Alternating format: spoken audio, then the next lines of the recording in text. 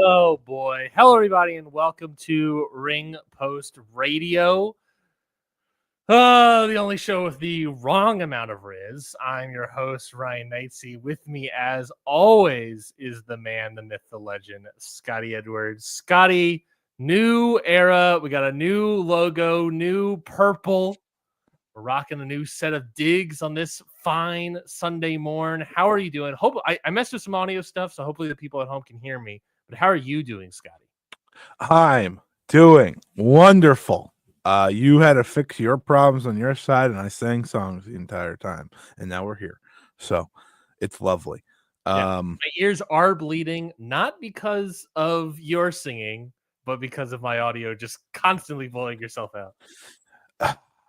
Like I say, except you're welcome. I did say that several times. I did.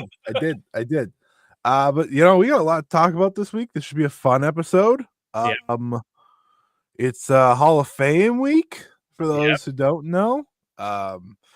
It's also I guess it's kind of New Japan week because it's been a lot of New Japan, a lot of announcements by New Japan.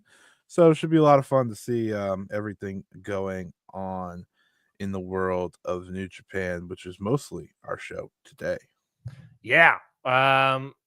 I agree. We have a lot to get to. I'm excited to talk Hall of Fame. Dave kind of blew up a little bit of a preview. In hindsight, maybe we should have previewed the Hall of Fame last week. But Dave kind of blew it up already, saying that he's gonna have the Hall of Fame results this Friday. So we're gonna have give a little bit of ballot talk. Obviously, we got New Japan Power Struggle. We got Wrestle Kingdom, Wrestle Dynasty announcements. We got Fighting Spirit Unleashed. I watched the full show.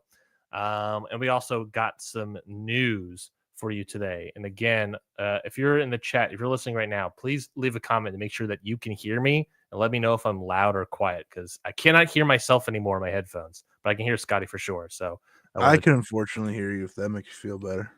I think that's a good sign. I think it's a good sign. It's just I messed up things and it's a new era and I'm nervous and I'm frazzled. And very nervous and frazzled, I'd argue. Yeah, and but hey, look, people come here for Scotty. It's gonna be an episode where people that come here for Scotty won't be able to hear Ryan. So that's maybe that's a good episode for people. I don't know why anyone would come here to hear me, but thank you. Or should I say, you're welcome. God damn it! Can we do what? People. What? Can you add "you're welcome" to the soundboard when you get it? Yeah, not during the show. like the 10. Well, you know what I can add, folks. I cannot. I'm happy you did bring that though. I'm hoping you did bring the boom. In fact, this show. Hold on, we gotta address that elephant. The show many weeks ago was us dogging on the Rizzler and I didn't dog the Rizzler. How dare you? You did. I dogged the Rizzler. I didn't dog Jersey Joe. Jersey Joe's my guy. No one knows who Jersey Joe is. He's like Jersey Joe, your guy. I like me some Jersey Joe. But we dogged on the Costco guys with Big AJ and Big AJ is my boy. We dogged all these guys, right? And now all of a sudden they've run amok. Listen. I'm opposite of whatever Jimmy Fallon feels. Yeah, I guess that's fair. That's good. In the comments, Blood Run 1 says it's fine. Perfect. Thank you, Blood Run.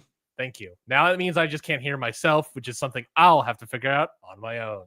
Let's get to the good places with you. So do you think this Rizzlerification and this boomification that's happening during Post Radio right now? I mean, the new graphics give a boom like energy to them. Do you think this is all on the preview to Full Gear? Is we're all getting hyped for Full Gear? We're getting much like Big AJ showing up on Jimmy Fallon being the only, in a way, AEW contracted wrestler to show up on the Tonight Show to plug an AEW program. Listen.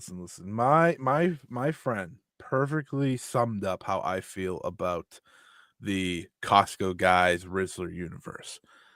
And he said that Big AJ should throw Big Justice through the barbershop window and replace him with the Rizzler. And I was like, It's only a matter of Couldn't time. agree more. People have to know Big Justice is Big AJ's son.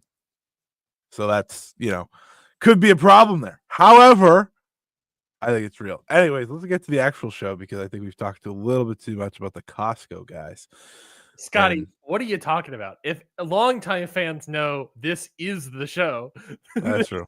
that is what this is. But you're right. Let's finally get to it. So we got a bunch of news items, and I think the first news item we'll get to today is all of this WWE ID stuff that has been happening. Obviously, we talked about it last week because they unveiled the WWE ID last week. But this week, we have the announcements. We did some idea searching, some Googling and whatnot, and of who number 20 was. Seemingly, they have foregone that entire rollout on social media and have changed it to just sort of straight up announcing who the contracted wrestlers are. So we have our first 6, 7, 8 wrestlers, I believe. They did a little video for 2 of them. And we'll talk about that, I guess, when we get to them. But we got our first 8. We'll talk about them real quickly.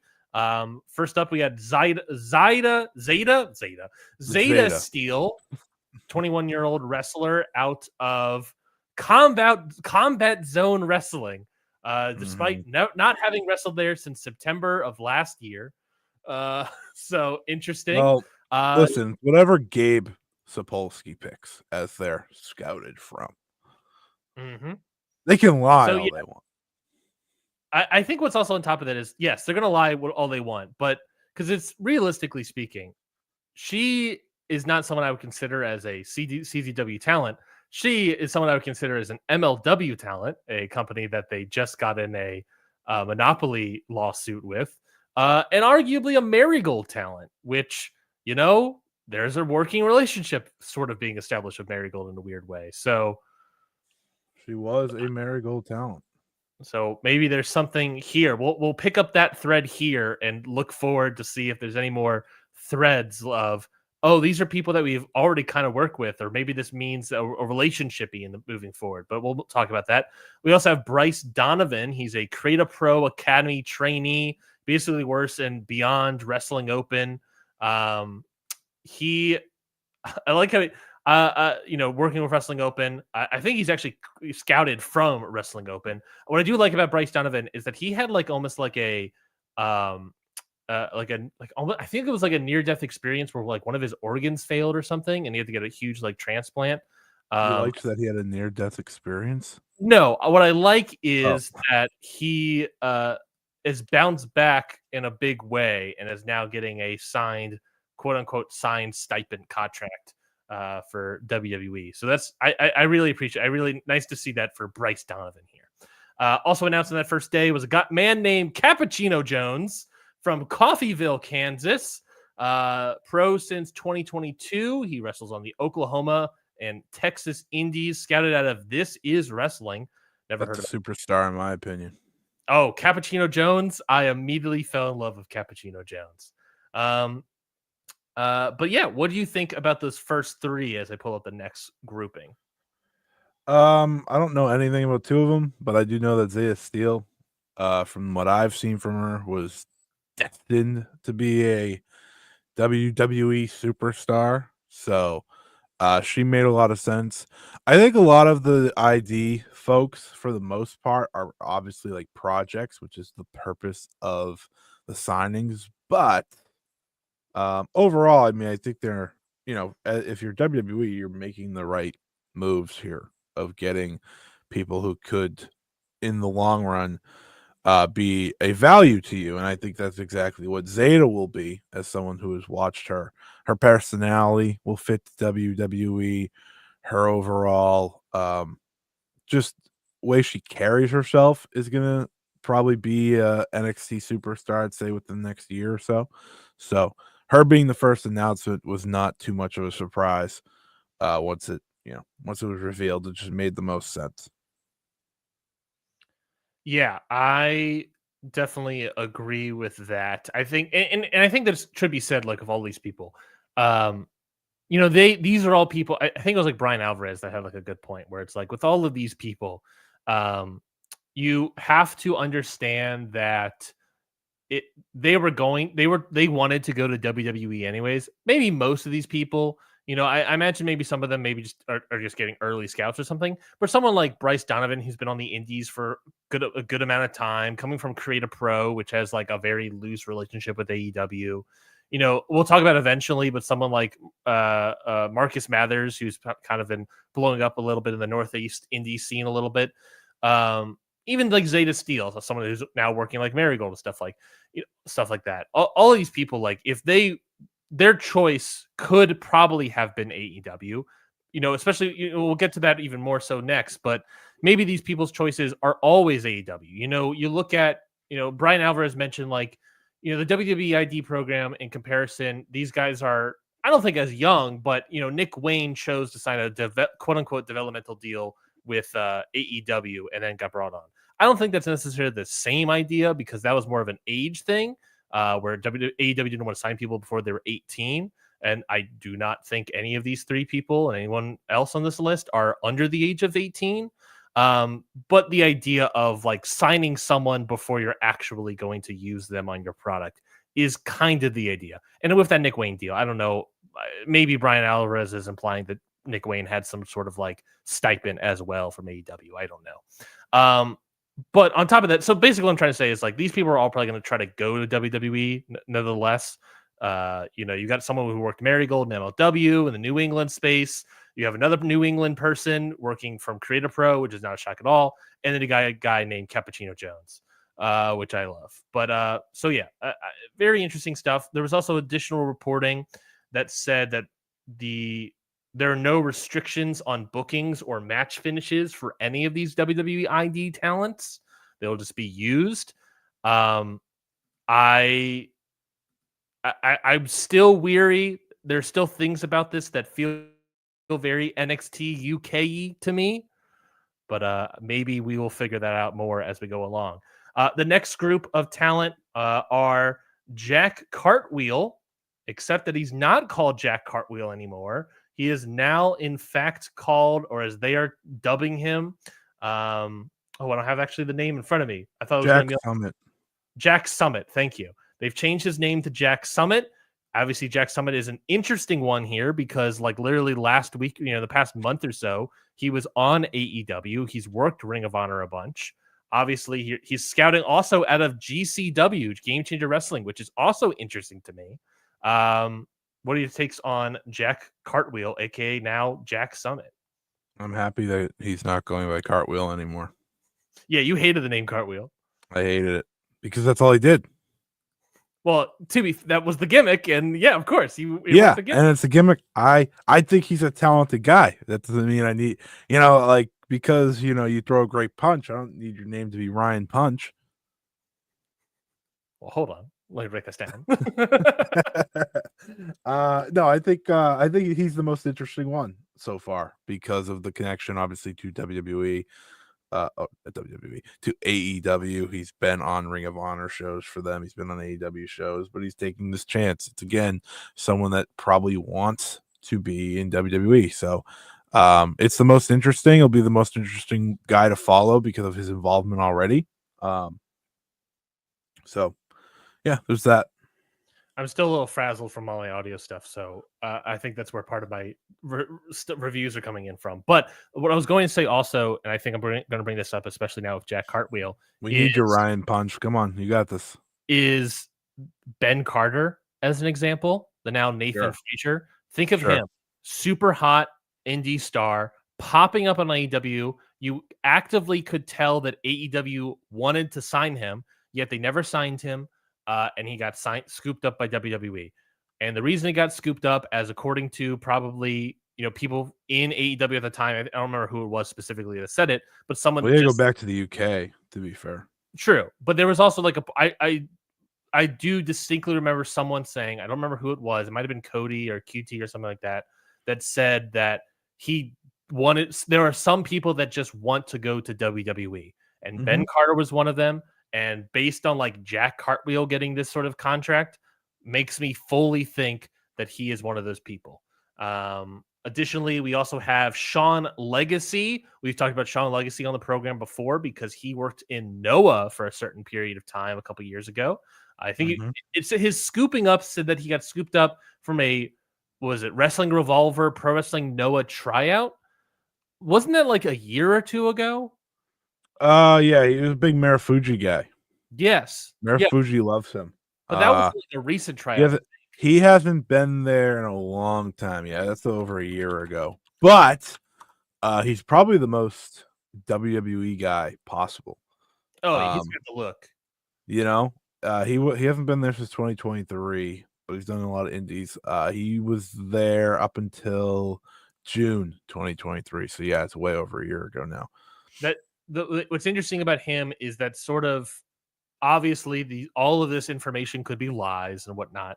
You know, like Zeta Steel of Combat Zone Wrestling is my point. No, I didn't. That wasn't towards you. Cage Match now does active roles: singles wrestler, WWE development wrestler. Oh, fun. Not WWE ID wrestler. But what I was going to say there with Sean Legacy is that, like, obviously it could all be, you know, where they're scouted from could be a lie. But if it's true, if we're scouting from Combat Zone Wrestling, if we're scouting from a Wrestling Revolver Pro Wrestling Noah tryout, to me that was like 2 years ago, a year or so ago. How long has this guy had a contract? We knew some of these people have had a contract for a while. How long has Jack Cartwheel had a contract with W? You know, it raises a bunch of questions for me. I'm gonna say not that long.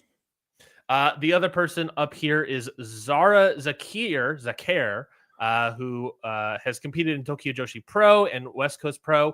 I spoke about her a lot. I think when we had that conversation about women's wrestlers on the indies that are available in regards to AEW, I brought her up. Well, guess what? She got scooped up by WWE. So I'm sure William Regal and Gabe Sapolsky are now fans of Ring Post Radio based off of that scooping.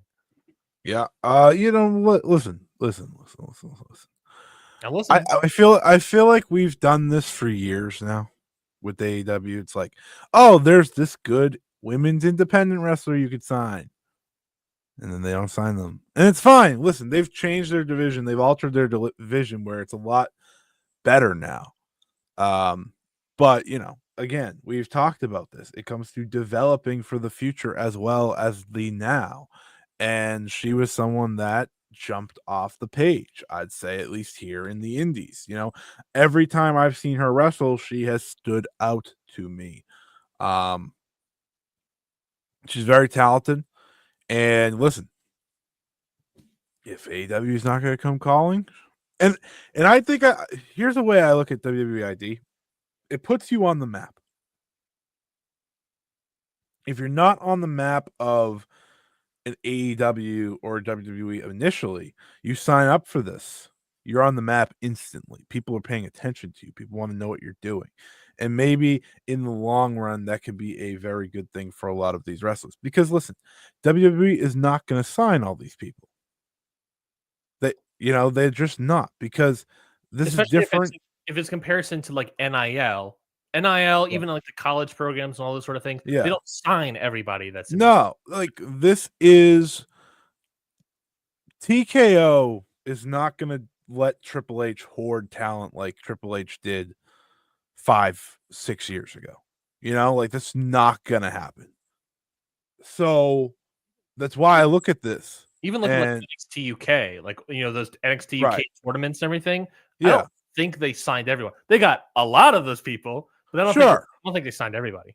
Yeah. So again, a lot of this is wait and see. That being said, for their first group of announcements, I don't think they could have done a better job than they have. Truthfully, I think they really got a good amount of prospects here. And like that, again, is the purpose. And if you want to go to WWE, congratulations. This is your opportunity to get a foot in the door. And you know, Zara is someone who I am fond of and I think has a lot of talent. So a good one for her. And you know, she has a big match coming up. So this was good to see. Yeah, I totally agree. Then we got a video, sort of a very NXT UK, like Pete Dunne sort of video. I felt like that's sort of very reminiscent of me. Where was it after SmackDown? I believe we had a video of William Regal. Oh no, it was on Saturday. Well, I guess that's when the video uploaded. Anyways, yeah, it was after SmackDown. William Regal went to a bunch of the extras in the back, all wearing their suits in a room where, oh man, lights are set up for some reason. William Regal came over and gave 2 WWE ID contracts to Marcus Mathers and Sam Holloway. Sam Holloway, I don't know, I've never heard of the guy, don't know anything about him. He is an Ohio-based wrestler. He's the IWC Super Indie Champion. He wrestles basically trained out of Absolute Intense Wrestling in Cleveland. I don't what was his scooped out of. Where was it? It was, that doesn't even say. Great. And then the other guy is Marcus Mathers, scouted from GCW in Philly, of the Northwest, Northeast connection here. We've spoken about Mathers on the podcast as well. He is a guy that seems like a real solid prospect. I think the one thought that has always happened with Marcus Mathers is that he wrestles really well. He's got a great look. He's got a great fire as a wrestler. He's short. He's very short, and he's a great prospect. But I think when it comes to WWE, I would be slightly concerned. But he's also a guy that has worked for AEW and Ring of Honor in the past. Just never really got a full contract out of them. So he feels like, as well, somebody that got pulled that wants to go to WWE specifically. But any thoughts on Sam Holloway and Marcus Mathers? Nope. No, nothing. These guys. Nah, I don't even know who one of them are. Yeah, I've never heard of Sam Holloway. Like, same thing with Cappuccino Jones. I guess it's the sort of Midwest Southern. Oh, but I'll never forget Cappuccino Jones. Oh yeah, he's a name that is going to stay in my brain forever. I'm happy that I know about this man now. So that's everybody that's been announced so far. We also had confirmation that Timothy Thatcher looks to be some sort of trainer for the program. So those were his eyes. Those were his eyes, it appears. It just wasn't. He's not actually 20. No, he's just not actually 20, appears. Or whatever the hell that was. We'll give you points. We'll give you points. If we're looking at it also through like this NXT UK lens, you have now a bunch of people from the Northeast scene. You have some people from like the Oklahoma Southern region, some Midwestern people. Do you have, again, now that we've seen some names coming back from our conversation last week, do you have any new additional thoughts to how this could affect the indies with these people getting scooped up potentially down the line? No. The indies, no. AEW, yes. AEW, we talked about it last week. You and me have talked about this multiple times on this show.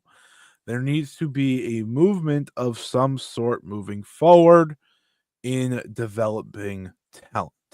Mm-hmm.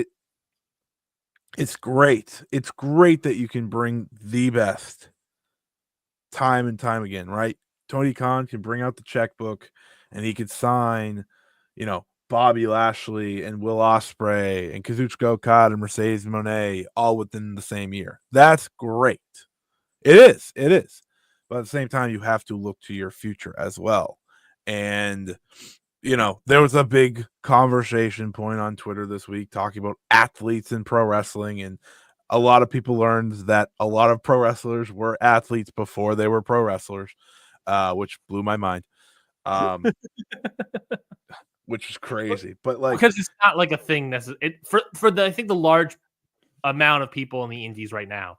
I don't think a lot of them were pure athletes beforehand, right? Like stars coming off but the field. A lot of the best pro wrestlers were big time athletes one time in their life. It doesn't even have to be up till college, but they were athletes.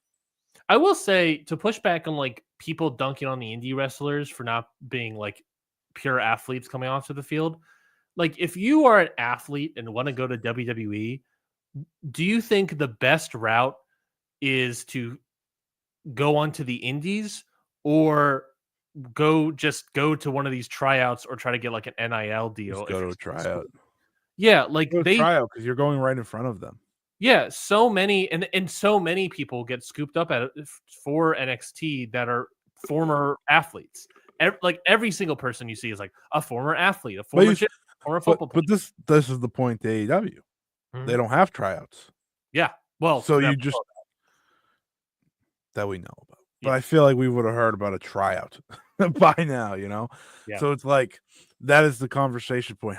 What is their step in growing their developmental side of things? No, I don't need to see them put a PC together or something like that. But you know, they work with so many other organizations, and you may have talked about this time and time again. Why do they not send their wrestlers on excursion and things? They have the ability that WWE didn't for a long time. Now WWE can do that too, and we've seen it, right? And people are sending wrestlers to them for excursions, oddly enough. So this is the world we live in, and I want to see AEW make strides, because at the end of the day, WWE's future is Braun Breaker and Tiffany Stratton and Oba Femi and Trick Williams and just this slew of women's talent that they have in NXT right now. The future for AEW is still bright, because at the end of the day, you know, the Jay Whites and the Ospreys of the world are still very young, but you still want to develop talent, you know? Yeah. Yeah, and I think that's the thing is, we talked about it last week. Is like you don't really want WWE wouldn't really want to kill off the indies here. I mean, NXT UK, like that made sense because you started getting these World of Sport television programs and everything, and made sense for WWE in that way to go and attack the UK scene and get rid of them, right? And scoop them all up. Here, like, okay, you maybe scoop up 20, let's say just say 20 talents, right? There are a lot more people out there than there were in the UK scene, just numbers wise. But then it's also like you wouldn't want to scoop up, everybody. You don't want to scoop up and completely destroy these promotions and take them out. And if anything, I think you're right. I think what this is going to do, if anything, is going to hurt other companies, AEW, TNA, let's even say like MLW, perhaps. TNA, they might be protected because they kind of work with WWE, but AEW, again, it's a wake up call too for a lot of places. Could these people get booked by TNA and MLW? Like, can these people get booked by AEW? I doubt it. I think AEW will go out of the way not to book them. I think TNA will not have a problem doing so. Well, I look at some of these signings. If I'm AEW, I'm booking Cappuccino Jones and squashing him in 2 seconds and calling it a day. That's what I'm gonna do. This is true. But yeah, it's like, is TNA what does these contracts define as indies? Is TNA count? Does MLW count? Or is it just going to be like Game Changer? Right. I mean, I don't think they're scouting anybody from Game Changer or from TNA, obviously, but they no. Jordan Grace essentially already has her contract, so I don't have to worry about that. Yeah, it's just more the clear definitions are slowly trickling out, and we'll sort of again, the way I have looked at WWE ID, which again may be wrong in the long run, we will see, but I see it as just an extension of ways they want to scout talent, right? They're still going to make the big signings if the Stephanie Vaquers of the world are available. That is not going to change. They're not going to go and ID Stephanie Vaquer. No, they're just going to sign her. But this is a chance for them to keep tabs and give Gabe Sapolsky something to do in his life, and things like that. So it's scary. I won't sit here and say it's not, but at the same time, it's opportunity. And hopefully, when I say opportunity, it's not only opportunity for them, it's opportunity for AEW. It's opportunity for others to wake up, right? I can make my AEW ID joke again, but I'm not gonna. But I want to, but I'm not gonna. Hassan Albani in the chat says hello, and they also say that independent promoters, this giant text block, independent promotions are in a rude awakening if they think they're going to get anything good from this WWE ID thing. WWE fans don't care about independent promotions. You will never attract. That's true. pick up on that last sentence of WWE fans don't care about independent promotions. Hassan, they don't care about TNA. Well, of course they don't care about it. They don't care about anything that's not WWE. Yeah, all of a sudden, like a year or so ago, these were dweebs in a bingo hall, and now all of a sudden we have experts on Jack Summit. If it was called WWE TNA, they'd care. But will they watch it? Are any of these people going to watch? If it was owned by WWE, yeah, that might be true. I had this thought of like people watched NXT more than they watched AEW the other day. It's just like the majority of wrestling. If people are wrestling fans, the majority of them watch Raw. And then it's like, well, they also watch SmackDown, but it's a smaller scale than Raw. And then they also watch NXT, but it's way smaller. And then there's like another segment of that, the circle connecting to all those circles that watch like AEW, New Japan, all these other things. And somehow we're you and I are like the weird people in between all these massive Venn diagrams. Anyway, speaking of Japanese wrestling, Meiko Satomura, we got her. She's obviously on her retirement tour as we speak, pretty much. I don't know if it's actually a tour, but we know that she has an official match date announced for her final retirement match. It will take place next year, April 29th, at an event called Satomura The Final. It will take place 30 years in 2 weeks from the day of her pro wrestling debut on April 15th, 1995. We don't have, at the time, I don't believe, at the time of recording, a announced challenger for this match.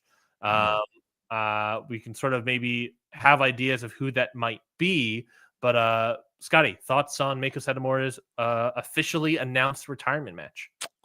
It's nice to have a date to move forward towards. Obviously, it's very sad. I watched her wrestle yesterday against Ariano, and I said, "Why are you retiring? You're still unreal." Like, it was such a good match, and I was like, "Okay, sure." But I also look at it; she's retiring on her own terms, and I think in pro wrestling we don't get that enough, and we never probably will get that enough. So, 30 years to almost to the date that she debuted. She's calling it a career. Nice to get a date for that, because now I know what we're building towards. It's going to be a sold out Cork and Hall. It's going to be special. It's on a weekday, which is interesting. But yeah, it's going to be really cool and really sad also. But I'm enjoying every bit that we get here the rest of the way for Meiko. If I had to guess, her retirement opponent will likely be Chiro Hashimoto, just based on my assumptions and the direction they're going right now. Do you think there's any odds of like a WWE person to be at least along with the tour, maybe not the last opponent? Part of the tour, sure. But definitely not the retirement match.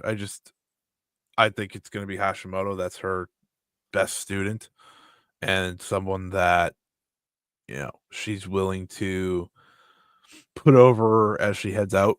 And I think that's kind of the way I'm leaning. That being said, I know a lot of people have asked about WWE involvement. I still think her last WWE match was that Japan Sumo Hall title match against Bayley. Felt like a good way for that to end.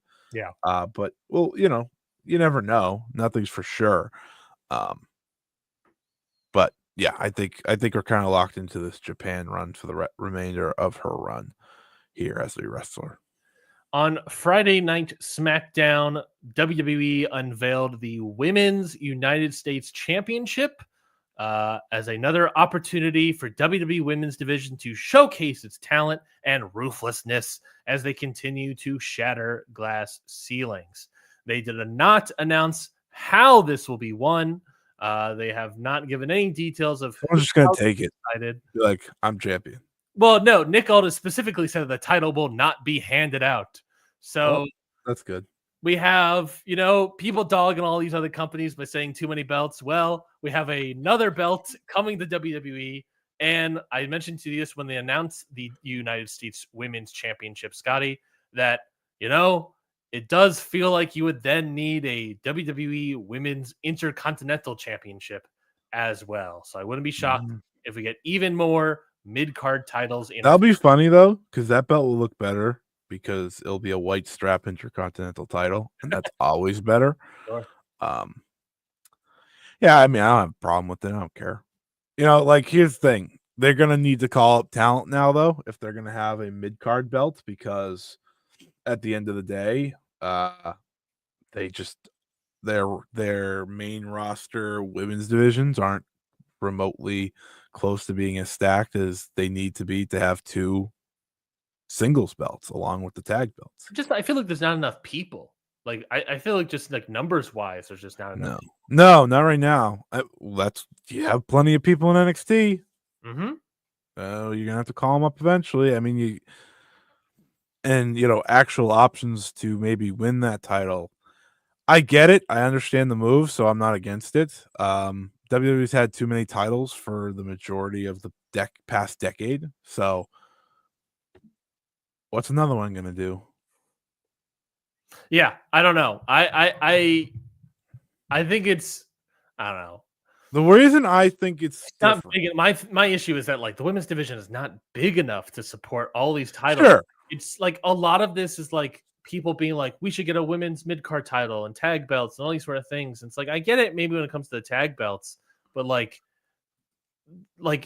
I don't necessarily. I'm way more in favor for a mid-card than a tag belts, because tag belts, we've seen it in every company that has tag belts. There's not enough tag teams for tag belts. That could be true, Scotty, but I'm also just sort of thinking that like I don't feel like there's enough opponents for the main belts, let alone now we're going to take away and add some for this mid-card. That's true.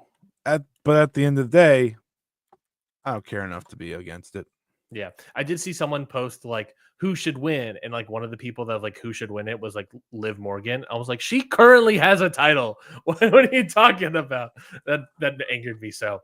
But let's move on. Let's talk about New Japan Power Struggle. Let's review New Japan Power Struggle, which took place at the Edion Arena in Osaka, Japan, in front of 3,773 people.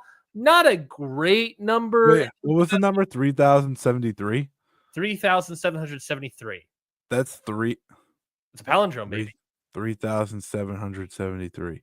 Yes. That's about 3,700 more people than they had on Friday. You were saving that joke, weren't you? That's a shaking of the head. Yes. I have more jokes coming. Don't worry. Not a great number in comparison to other events that they've held in this building this year. I think it's like 3rd out of 4.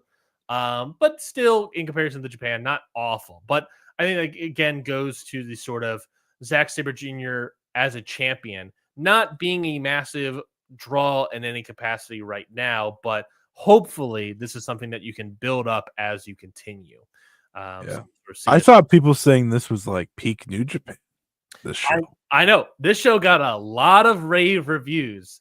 7.74 currently on Cage Match. A lot of people were saying this felt like peak New Japan, and I don't necessarily think that's wrong, because I think the feeling of peak New Japan is a lot of like those title, down card matches, all like 3.5 to 4.5, maybe 4.25 star matches, were like all really good to great. Sure.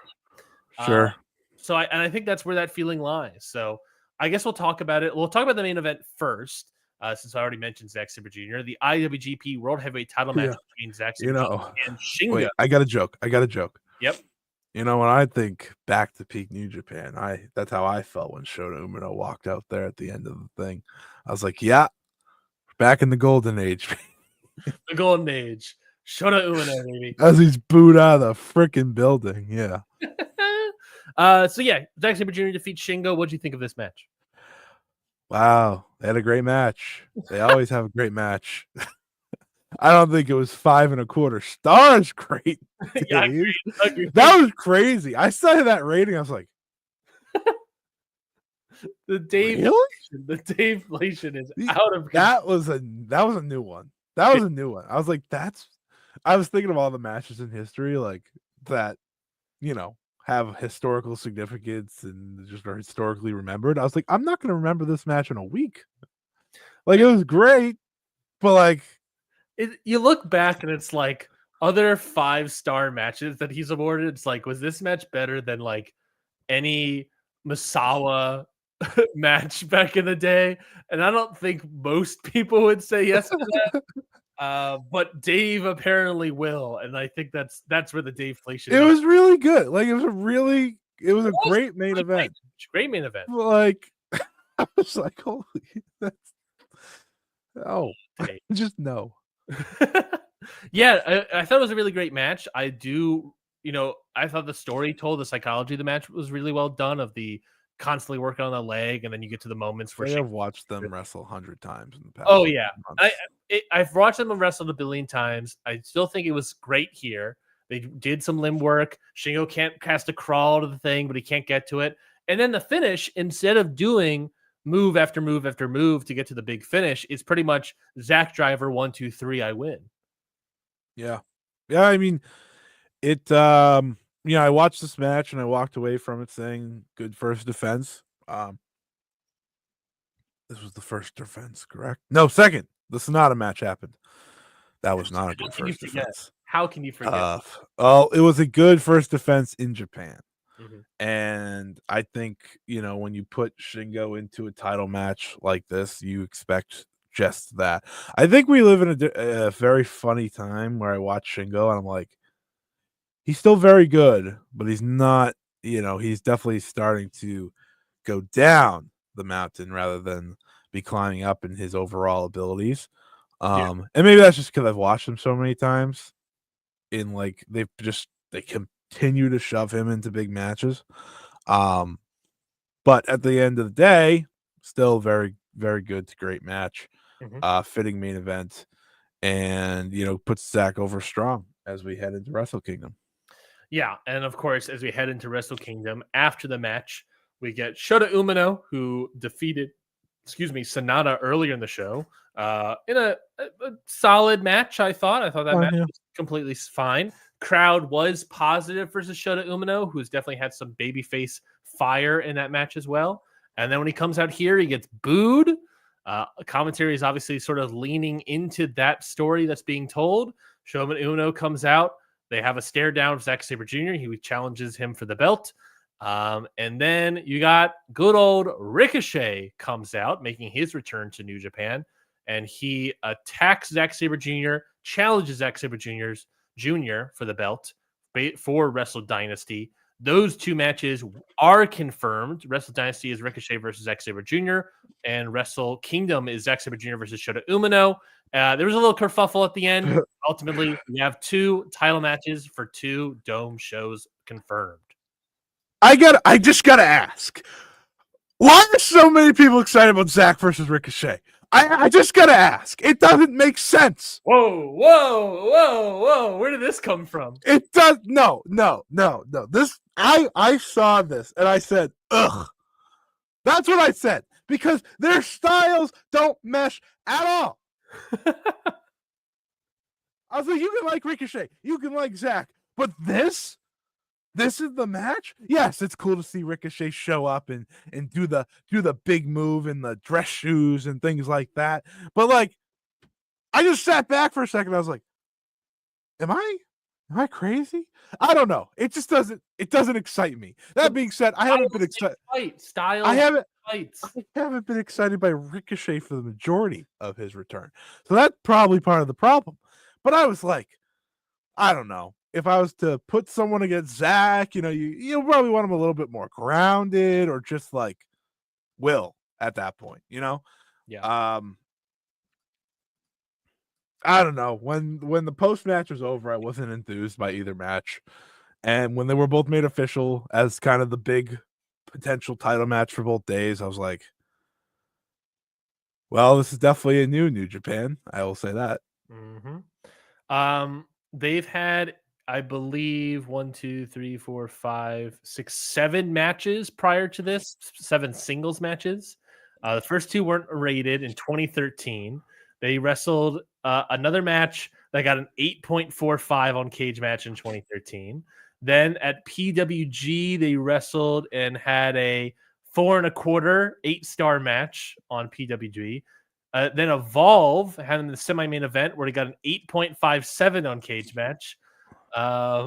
You tell me what they got on Cage Match. I am not excited for post WWE Ricochet against Zack Sabre Jr. All I'm saying is every single match of theirs that's rated on Cage Match enough to be rated is over 8 rating and over 8-star rating or whatever on Cage Match. I understand if you're not interested in it, and especially not interested in 2024 Ricochet. I mean, those all ratings are from practically a decade ago. It's a Tokyo Dome show. Oh, I understand. This is Tokyo Dome main event. If you did it at like Power Struggle, I'd be like, yeah, fine, cool, that's a good one. I did also just say Tokyo Dome main event. We don't know if either of these are There's main events. No way. Ricochet and Zack main event the Dome. And definitely not Shota. We're not even talking about Shota. Shota could. You think the they're listen. Is Shota Umino versus Zack? They're in their bold era. That is more likely because it has the title match connected to it for sure, locked in. That being said, good luck making them follow Naito and Hiromu if that's the plan, because it ain't gonna work, pal. I mean, there's a good chance Zack is the main event either show. Yeah. Though, because there is this idea that the January 5th show's big match is Okada and Tanahashi, which nothing beats that on either day. Like, that could be the last time those two ever face each other. And that's how I'd bill it. I would have that be the last time they face each other.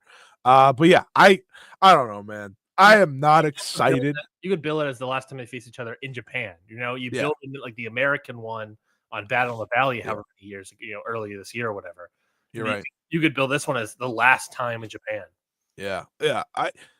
I don't know. It's funny. I felt so good going through the show. I was like, this is a pretty good show. A lot of things happened. And then when this ended like this, I was like, I actually, here's what I was really thinking, because they never said Wrestle Kingdom with Shota and Zack. I was like, please be Strong Style Evolve. Please be Strong Style Evolve. Please. Nope. It's not that. I mean, that's scarier than Ricochet. Like, I know Ricochet and Zack can have a good match. I'm sure they had multiple great matches. Continue. I'm assuming they can have a good match. Again, I have not been into Ricochet as much as others so far. Hopefully by then he's more Ricochet in full. I did think it was cool seeing him in New Japan though. Again, Shota and Zack, very interesting because can I real quickly on the Ricochet thing? I'll respond to that. I'm gonna push back a smidge. I am fully shocked of how much you went on a tirade with Ricochet versus Shota Umino that you're about to do. But Ricochet versus Shota Umino sounds terrible. That's what you just said. No, please don't do that. I might have misspoke, but I don't mean that at all. I was sort of shocked by that. Also, by the way, I feel like Ricochet and Zack Sabre Jr. being a title defense kind of takes away. Oh no, I think it's billed right now as a special singles. Yeah. But it'll probably be a world title match, obviously. So sorry, Shota. Oh, it will be. It hurts both. Yeah. But like Shota should have won, to be fair. But I don't think Ricochet's been that bad. I feel like it's largely been like really good. I don't think he's obviously been on the same level as previous to WWE Ricochet, but I still think he's been really good in comparison. And I was just sort of like, Scotty, you're acting like Ricochet is like, I don't know, Ren Narita or something. Like, he's not that bad. It won't be a bad match. Then the building would be sold out. It was right there. I had to take it. No, that's fair. Nice. Set you up quite nice for that one. It's just like, I don't know. I spent the past year seeing Zack wrestle people in AEW like, I don't know, Bryan Danielson. So I feel a little spoiled. Yeah, but that's a different style. Again, this is a Tokyo Dome show. I get you. You're talking about in comparison of that like sanctity that is a Yeah. I have no problem doing this match, but it's the Tokyo Dome. Yeah. It's like it needs to be bigger. It needs to be grander. That being said, let's talk about Zack Sabre Jr. versus Shota Umino. Shota Umino, man. The benefit for these two is that I've seen these two have good matches. The bad part is it's Shota Umino. That's it. That's the bad part. Yeah. I'm not I don't know. It's weird. There is a odd part of me that's intrigued by a Shota Umino trying to figure things out in the biggest possible stage. There's a part of me that is intrigued by, can he figure it out in the biggest match? Can he lock in? Can he find something? Yeah. Because here's the thing I'll give Shota Umino. If we want to talk consistency in big matches, him and Mr. Tsuji have a very interesting hit rate combined. It's not great either way. I don't think But would be a great tag team in that regard. yeah, they would. And like those were the two options, right? So it's like, I don't know. I wasn't feeling it either way, but you have to do this if you're New Japan. That's the way I'm looking at this. You have to go with the young guys, because if you don't go with them now, you're just putting it off another year. So they've wrestled 4 times. Once in 2019 when Shota Umino was still a young lion. A 3 3/4 match on Wrestling Observer, 7.08. Then New Japan Cup second round this 2023 in the main event. Shota wins a 4 1/4 star, 8.04 in cage match. New Japan World Title match, TV title match this year, 4 1/4, 8.06. And then a 7.63 in the G1 this year. Damn, if that 7.63 didn't ruin it, it would have been exactly what you just said to me about Ricochet and Zach. Pretty much. 4s and 1/4, Yes. Consistently put on a really good to great match, it appears. Yeah, I mean, I look at these two and I'm like, man, I miss Yu and Mora. Mm-hmm. But these are also during periods where Shota Umino is still liked by still largely by the audience. How will that change for him? But I think we're both in agreeing that neither of these feel like Tokyo Dome main events. So what are the Tokyo Dome main events? They are the old reliable for both in the end, which I find kind of funny, talking about, they need to take this chance with these guys, right? Yota, Tsuji, and Shota Umino. And at the same time, they're going to have an out, per se, with whether it be Naito or Okada or Hiromu, right? So I think that's interesting. I don't know. I'm not excited for Zach versus Shota. I'm just going to be honest. I'm not excited for either one of these two matches right now. Maybe in time I'll get there. Because, there's a natural, it's Wrestle Kingdom, and you just kind of get naturally excited for that. Yeah. But right now, no. Summer main event, David Finlay defeats Taichi to retain the IWGP Global Heavyweight title match. I thought this match was great. David Finlay, I've been the flag bearer all year long, baby. And I thought David Finlay was great here. Taichi obviously was also great here. I'm a big fan of David Finlay. Him versus Tsuji at the Dome should be interesting for me. I'm very excited. I thought this match, the main event, these are great matches. I'm loving me some David Finlay in 2024. I thought Taichi was incredible.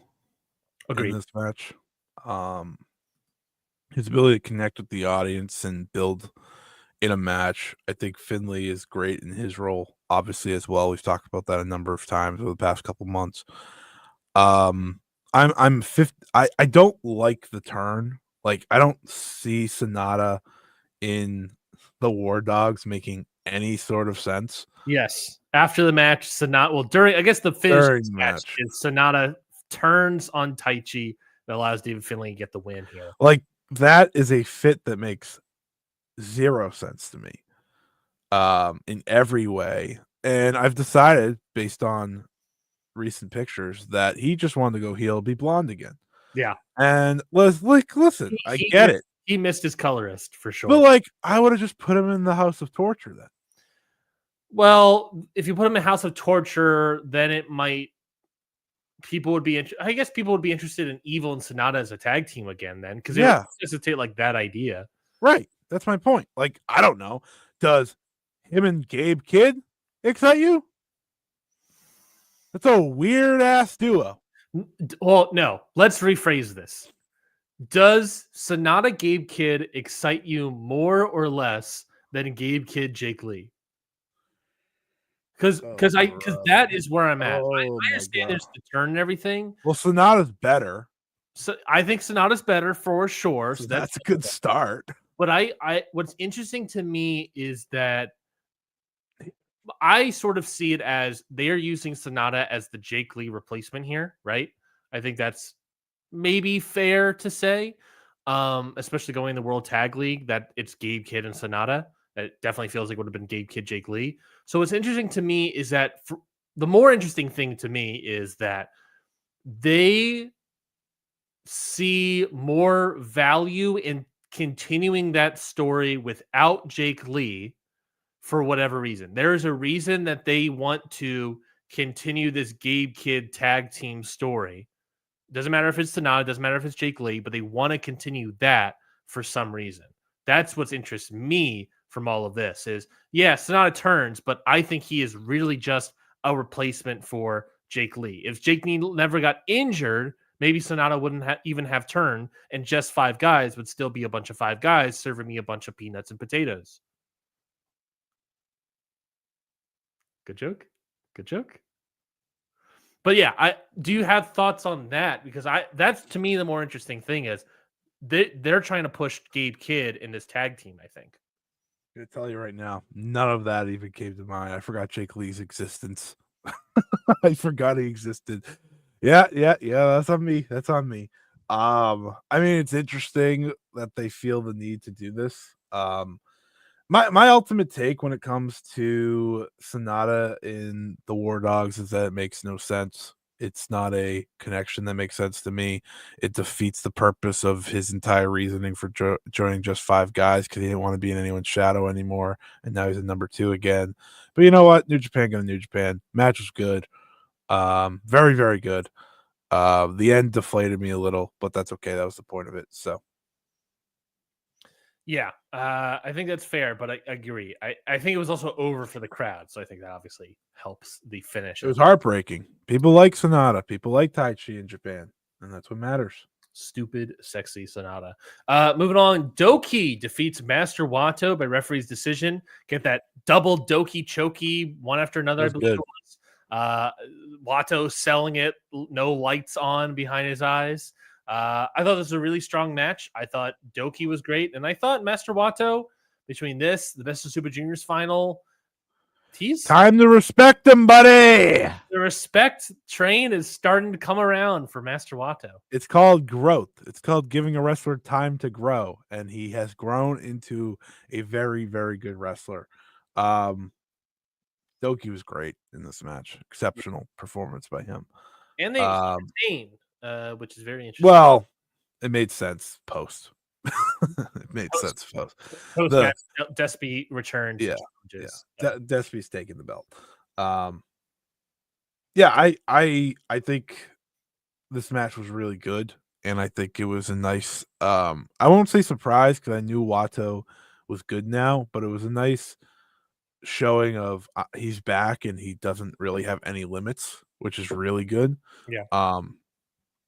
And you know, same goes for Doki in terms of just his growth over the past couple of years. I mean, it just continues, and now he's going to go to Wrestle Kingdom as IWGP Junior Heavyweight Champion and defend against Desperado in a match that, honestly, based on the card right now, could be the best match of the show. Plausible. Like, I think it's in the conversation for sure. Well, never mind. I just remember what match was made on Friday. Never mind. It won't be the best match of the show, but it could be the second best. We'll get to all that later. Yeah, no, I'm very intrigued. I thought this match was really good. I thought Master Wato put on a couple more pounds. I thought his wrestling is obviously improved, and I'm interested. I can confirm I am stamp of approval interested in Master Wato moving forward. So we will see how that moves forward, especially since he's not in that sort of junior title picture for the Dome. What is he going to do? He comebacks after the Super Junior Tag League, so it looks like he's probably got nothing, looking like a big old Rambo participant this year. So we'll sort of see, I guess, what happens with Wato moving forward. I also wouldn't be shocked Despy wins the title back, and we pick up where we left off, where we plan to go with that Despy Master Wato storyline that we were sort of trying to do this year. But we'll get to that in a moment.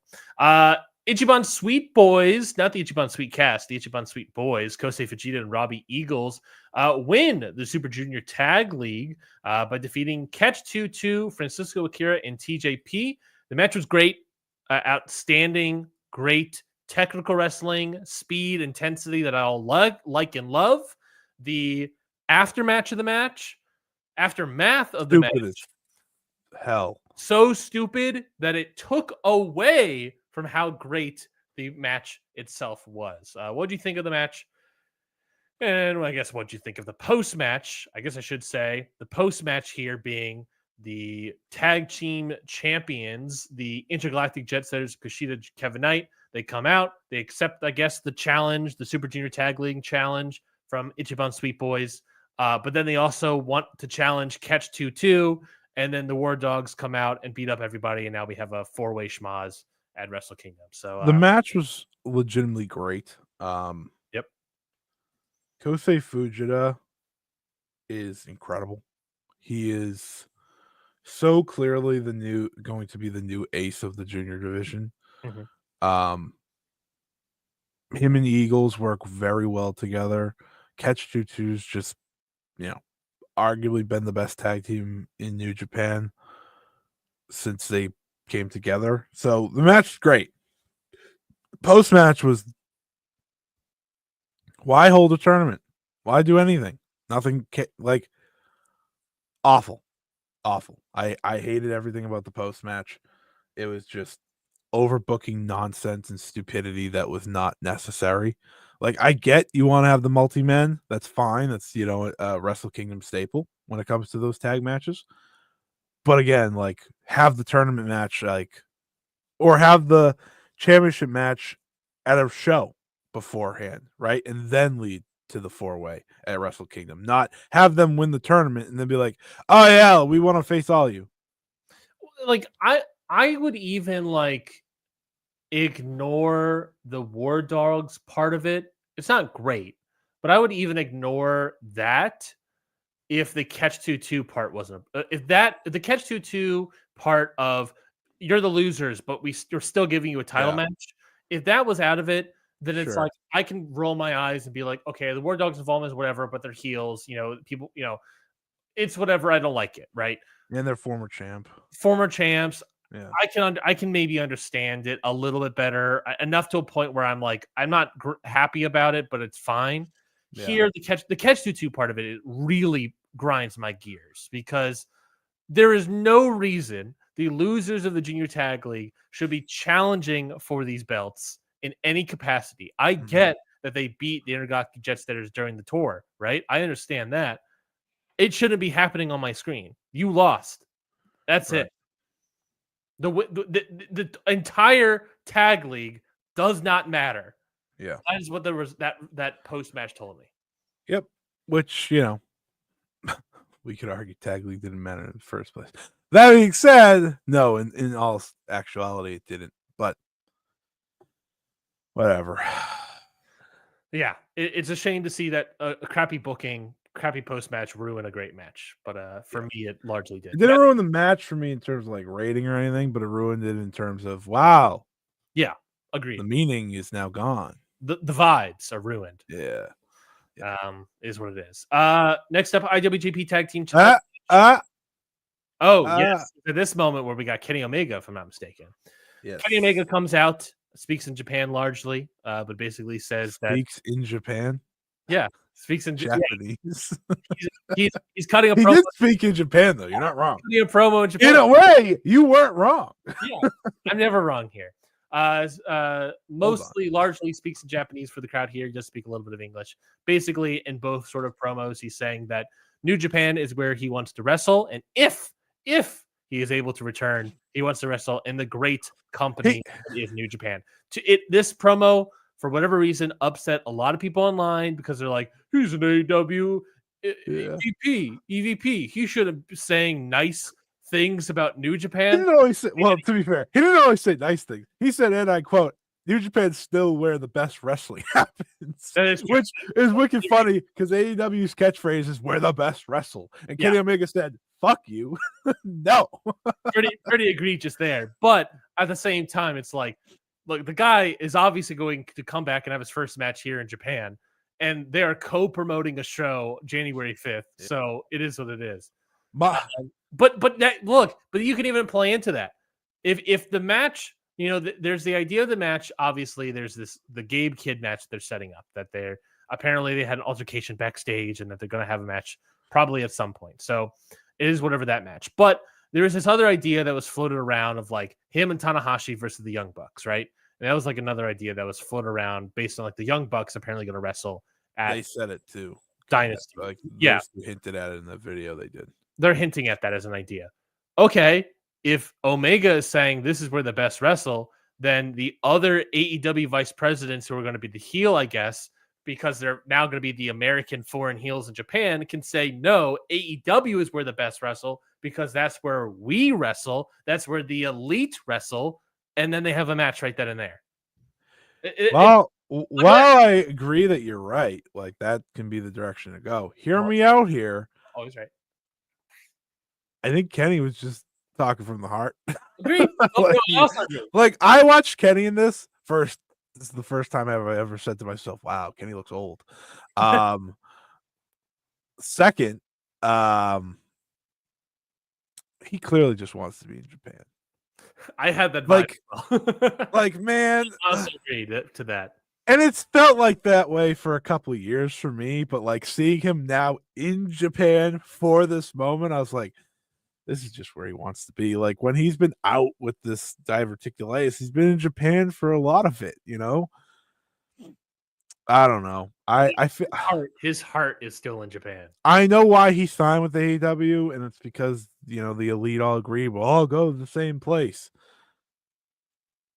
I'm sure he doesn't have a lot of regrets, but part of him I'm sure would love to be doing more Japan than he does, and I wouldn't be shocked if that's what he does. But also, this man's never probably gonna have like a full year wrestling again, right? He's gonna be more closer to part-time than I think he's gonna be closer to full-time. Yeah. He's just been through so much these past couple of years. So if I'm Kenny, where do I want to have matches? What do I want to do? Yes, he re-signed, so he's gonna have matches in AEW, but if the opportunity presents itself, it sure seems like he's gonna make sure he gets to New Japan more often than one time a year. Well, it's like he never wanted to stop wrestling in Japan, right? Like when he signed in AEW, his contract stated that he could work in New Japan if he wanted to. They just wouldn't allow him because Harold Davis at the time wouldn't allow it. Now things have turned around. He wrestled Ospreay. He's having some matches, and then all the diverticulitis stuff happened. And we know that a match that was going to be planned for AEW Dynamite at one point was him versus Kano. So maybe there would have been this idea of him working Noah at some point, right? So I think it's just a thing of like he wants to be doing all this. It's just there are several outstanding factors that don't allow him to work Japan. He watched Bryan Danielson get multiple matches in Japan. He's like, if I don't get that when I come back. The Eric Andre meme. Let me in. I hope for Kenny, not only is he cleared and ready to go in January, because AEW could desperately need him. Yeah. Because he just brings a star power that you don't have, natural, like you don't create that. He just has it. At the same time, him versus Gabe is interesting. Personally, I would have done him in the grip. For me, still can do him in the grip. Yeah. Just saying, we can still do Kenny versus the grip. But yeah, I'm just it was nice to see him back in a ring. Agreed. We're closer to him being back, which is nice. Yeah. I mean, by all accounts, like pretty much a month and a half away, right? Mm-hmm. So, assuming all goes right. Exactly. Exactly. IWGP Tag Team Championship changed hands here. United Empire, Great-O-Khan, and Hanare defeat the team of TMDK, Mikey Nichols and Shane Haste. Did you end up? I know that you were not watching this. Did you end up watching it? No. It was a really good match. Mostly because I forgot about it until you just said it. That's fine. That's fair. It was a really good match.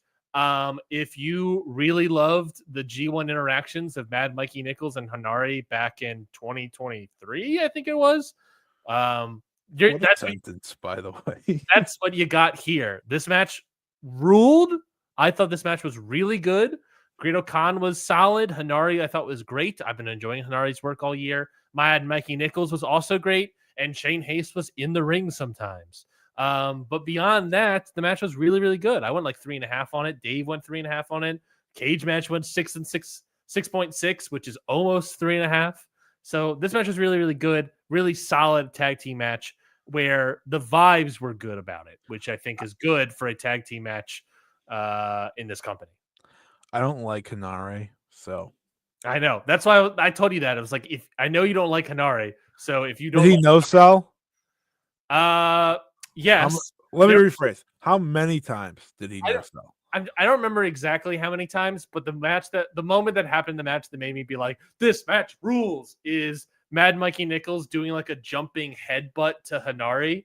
Hanare no sells it. And when you go back to Mad Mikey Nichols, like immediately, Shibata-esque blood from the forehead starts trickling down, and it was just sort of like, yeah, like the Roman gladiator watching fan in me was all of a sudden being like, yes, the blood, the violence, let's go, and that ruled. I was really into that, but I don't remember how much he didn't sell beyond that. He does a lot of that Terry Funk selling, where it's just sort of like the wobbly legs a little bit, but I enjoyed this match. I definitely recommend it. But for you, it's not going to be a recommend. I don't think. I just want everyone to know the way that Ryan tried to present this to me was like, I know you didn't watch it. I know you probably won't like it because you don't like Hanare, but it's good. I just want you to know it's really good. Don't let Scotty's disdain and incorrect takes dissuade any. Correct takes. I'm never wrong. You speak in Japan. No, don't let him dissuade any of our listeners from not checking out this match. It was really good. The other match here, Shota Umino defeats Sonata. We kind of already talked about it. Pretty good babyface fire from Shota Umino. Crowd was into him. I thought this was a solidly worked match for what it was, especially what the end of this is going to go. Other stuff on the card. I imagine you and I didn't watch anything else on this card. You did have House of Torture defeat Oleg Boltin, Hiroshi Tanahashi. That match got a 1 by Dave. So, boy, oh boy, that match must have been bad. LIJ defeats the Skateboard Bros, Tomoaki Hanma and Toru Yano. They're not the Skateboard Bros. The Skateboard Bros are Dragon Dia and Taguchi. Bullet Club defeats the Intergalactic Jet Setters, the Velocities, and Katsuya Murashima. And then Ninja Mac, DKC, and Yo defeat Shon Makato, Captain Suicida, and Tiger Mask. And then that will all lead us up over to Fighting Spirit Unleashed, which took place in Lowell, Massachusetts this Friday night in front of 1,022 people. Bullshit. That's what Cage Match says, baby. That's what Cage Match says. I don't know what to tell you. But the Lowell Memoriam Auditorium housed 1,000 New Japan Lion marks to this show. So you bought a ticket to the show. You were going to go to the show, and then all of a sudden your friend dropped out and you dropped out. I sold my ticket. Do you regret not going? Just for about a 5-minute span of the entire show. I could probably guess what that 5-minute span was. How much of the show did you watch? I watched the full thing, by the way. I watched 1, 2, 3, 4, 5, 6 matches. All right. Well, then we'll just start from the top and work our way down. You can mention which matches you've watched. But opening match, David Finlay defeats Kevin Knight, 9 minutes, 29 seconds. I thought this match was really good. This match should not have went first. I agree. This is when the crowd was like most empty, and I was like, why? Why are they doing this to these two? This deserves more of a crowd because this match was really good. I thought Kevin Knight not only held his own against David Finlay, but looked on par with David Finlay in a lot of ways. And Kevin Knight put on a couple pounds. I've been saying this. This dude looks like baby. a heavyweight already. He looks like a heavyweight, but what is his weight what is his listed weight? It doesn't matter. No, 200 pounds, 91 kilograms. He puts on 9 pounds. He's a heavyweight, practically there. Or 9. It doesn't matter though. Zack Sabre Jr. just became a heavyweight, and he's been wrestling as a heavyweight for years. That is true. So Ricochet is getting a heavyweight, but I guess that's more muscle. He has put on more muscle, to be fair. He's still small though. Still small. But it's not. This is good though. Kevin Knight, good. Light heavyweight company. Kevin Knight, good. Kevin Knight deserves more opportunities. Kevin Knight is a guy that if New Japan's not smart enough, they're going to lose very soon. Yeah. So via the AEW ID system. You're joking. You figured out how to do it. I did. Yeah, really good match. Really solid effort from both of these guys. So definitely go check that out. New Japan Strong Openweight Tag Team title match. Tage hands again here. Mikey Nichols and Shane Hayes losing titles both titles in 1 week. They lose them to the grizzled young veterans, James Drake and Zach Gibson. Very quick, short little match, sub 10 minutes. I thought it was good, I guess. Fine. I did 2 3/4. I wasn't completely jazzed by this match, but fine match with good enough effort. So I gave it 2 3/4. What match was it? GYV defeat TMDK. Oh yeah, GYV's washed. Yeah, I was a big proponent of them getting scooped up, and I'm watching them in all their matches. It's just I don't know what happened. I don't know what happened. There's WWE Rust, and then there's just you're not good anymore. There's WWE Rust, and then there's also the Dijak Ali stuff where it's I'm excited to see them on the card, but I watch them and remind myself, oh wait, they're not who they once were for whatever reason. Yeah. Speaking of Mustafa Ali versus Leo Rush, aka the Black Heart here. I don't actually think was he ever advertised as the Black Heart? I actually don't know. He just came out. Once I learned that he was the Black Heart, I did not watch it. Did you watch this match, Scotty? I just said once I learned that he was the Black Heart, I did not watch it. I hated this match. Yeah, of course you did. Because the problem is Leo is incredible when he's just Leo Rush. And Mustafa Ali's I just stated what my thoughts on Mustafa Ali. Mustafa Ali's post WWE run should be studied. It is wild. He went to TNA and was successful, and then was yeah, I'm gonna leave now. Well, he's trying to get into New Japan. That's what he's trying to do. Yeah, well, they don't want him. Yeah, that's largely true. Obviously, they want him from Strong shows, and he's trying to work that angle, but it's largely true that they're not bringing him in properly. Yeah, but I thought this match was not great. I went 2 on it. Went 2 stars. Wow. Effort was there, right? Obviously, I'm not going to necessarily deny the strong effort from both of these guys. However, I'm trying to find the actual quote I gave you in Slack. But basically, it was that I did not like their work here. I thought there were times where it was sloppy. There are moments where they're doing chain wrestling that just looks like they're not working holds. This is going to sound like such an old man take, but this is how I felt about the match. They needed to slow down and work a hold, and this match to me felt like what people complain about in regards to the indies and AEW. This match felt to me like what people see AEW as is this. It felt very much that they were showcasing the speed of each other rather than the technique and wrestling ability of each other. And there's a great show for that. It's called WWE Speed. It was very frustrating to see. They have great speed. They're very fast. They can fly over the ring and stuff. And sure, again, great effort, right? But sure, the technique felt gone. It felt completely removed from all of that. And I needed that. I can't just have speed. I've said it before. I need speed and intensity and heat. I need heat. I need speed. I need heat. I need intensity, and I need technique. The 4 pillars of Ryan Knightsey. SHIT. The 4 pillars for Ryan Knightsey for some great wrestling. Shit. And I need to see some shit. God, that's great. And because this match was missing, the heat was missing. He's probably already talked about it more than it deserves. That's probably fair. Here's my take on Leo Rush. He's great. I just don't need him to be Blackheart or Leo Rush. He didn't really do that much like Blackheart spooky stuff either. It's just the vibe, man. Once it happens, it's over. You know. I get it. Best 2 out of 3 falls match here. The West Coast Wrecking Crew, Jor-El Nelson, Royce Isaacs defeat Dirty Work. I heard the Japanese commentary team laughed at this. I did not know that, and that's crazy because I don't disagree. I went 1.5 stars.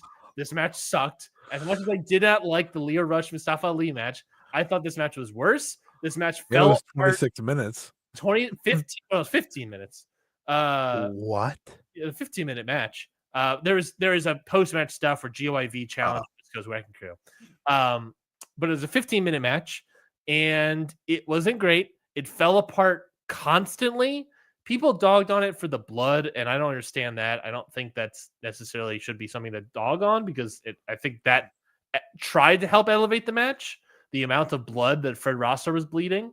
But the match itself was really bad, and they just didn't work, which is sort of shocking because in other strong shows, these guys tend to have solid, good enough, really good matches. And here it just constantly fell apart. They had too many ideas, couldn't figure out how to do any of them. And it is definitely do not watch this match for sure. So yeah. And also, by the way, I did not know this. It's best 2 out of 3 falls, but each fall had a stipulation. Yeah, it was 3 stages of hell. Tables, submission, and a last man standing strap. Did not know this. Didn't hear commentary talk about it. They probably did, and I missed it. I don't know. This was bad. New Japan Strong Women's Title #1 contenders 4-way match. I know for a fact you watched this, Scotty. Hazuki defeats Anna Jay, Koguma, and Trish Adora to win the challenge to Hazuki. Mercedes Moné comes out. They have a conversation. The match is set up. That was the 5 minutes, by the way, that I was upset I missed. What did you think about this match here for this 4-way? I was pretty good. I was, there's a lot of working pieces here. You got obviously FWC coming in, working with 2 people that they've not really worked with before. Listen, Mercedes Moné just makes great choices in terms of the opponents she wants to face. She looks up and down the Stardom roster and says, that's the one. That's the one I want to face. And it works out. Mercedes versus Suzuki. Listen, I just gotta be serious here for a second, folks. This is make or break for Mercedes Moné. She is not going to wrestle a better professional wrestler in her return than Hazuki. If she doesn't deliver against Hazuki, we're going to have a conversation. Yeah. Because everyone delivers against Hazuki. Well, this is in a singles match. I mean, I wouldn't say Anna Jay, Trish Adora. This was whatever. In a singles match, 1-on-1, title on the line, everyone delivers against Hazuki. This is everything. And I think Mercedes Moné knows that. And it's why she wants this match. She's already wrestled Hazuki before. She knows that she can work with her. Mm-hmm. So I'm excited. I'm locked in. All the potential is there for this match to be. That being said, pretty fucked up you didn't announce Mercedes Moné for the Boston show. Agreed. In retrospect. Agreed. You had 1,000. You could have had more. You could have had more if Mercedes even saying, I'll be there. I will be in the building. Listen, if you don't want to have her wrestle, fine. Silly decision. Not great decision, but at least announce her. Not do a surprise. I'm not going to, people aren't just going to assume Mercedes Moné is going to pop up in Lowell, Massachusetts, okay? No one's going to assume that. Because if she was going to pop up in Lowell, Massachusetts, you'd automatically think, well, why doesn't she have a match in Lowell, Massachusetts? These are the things you got to think about. That being said, Hazuki versus Mercedes should be great. So has to be. Should be. It has to be. This is true. Yeah. Did they announce where that match is? Strong Style Evolved. Yeah. Oh boy. Tag team match: Shingo Takagi and Yoshitsuji defeat Matt Taven and Mike Bennett. I thought. You know what this match reminded me? What? I've been to this exact arena, auditorium, whatever the fuck you want to call it, for a post elite ROH show. Oh boy. And that 100% had more people than this show. Let me see if I can look that up. It was called Mass Hysteria. You know what Hysteria. 2019. All right. That makes sense. Matt Taven, world champion. There were 3 shows here in this building in 2019. New Japan Fighting Spirit Unleashed Boston, Ring of Honor Mass Hysteria, and WWE NXT Live. Which show do you think was better attended? I mean, it was you're definitely gonna say New Japan, but I saw it. New Japan 21-30. The main event there was Tanahashi, Okada, and Ibushi versus. Oh, I went to that show too. Versus Evil, Sonata, and Naito. Yeah, that was sold out. That was a big deal. This is a pretty solid card. Amazing Red and Tomohiro Ishii versus Bushi and Shingo. Oh boy. Pretty sure the Rock and Roll Express were on that show.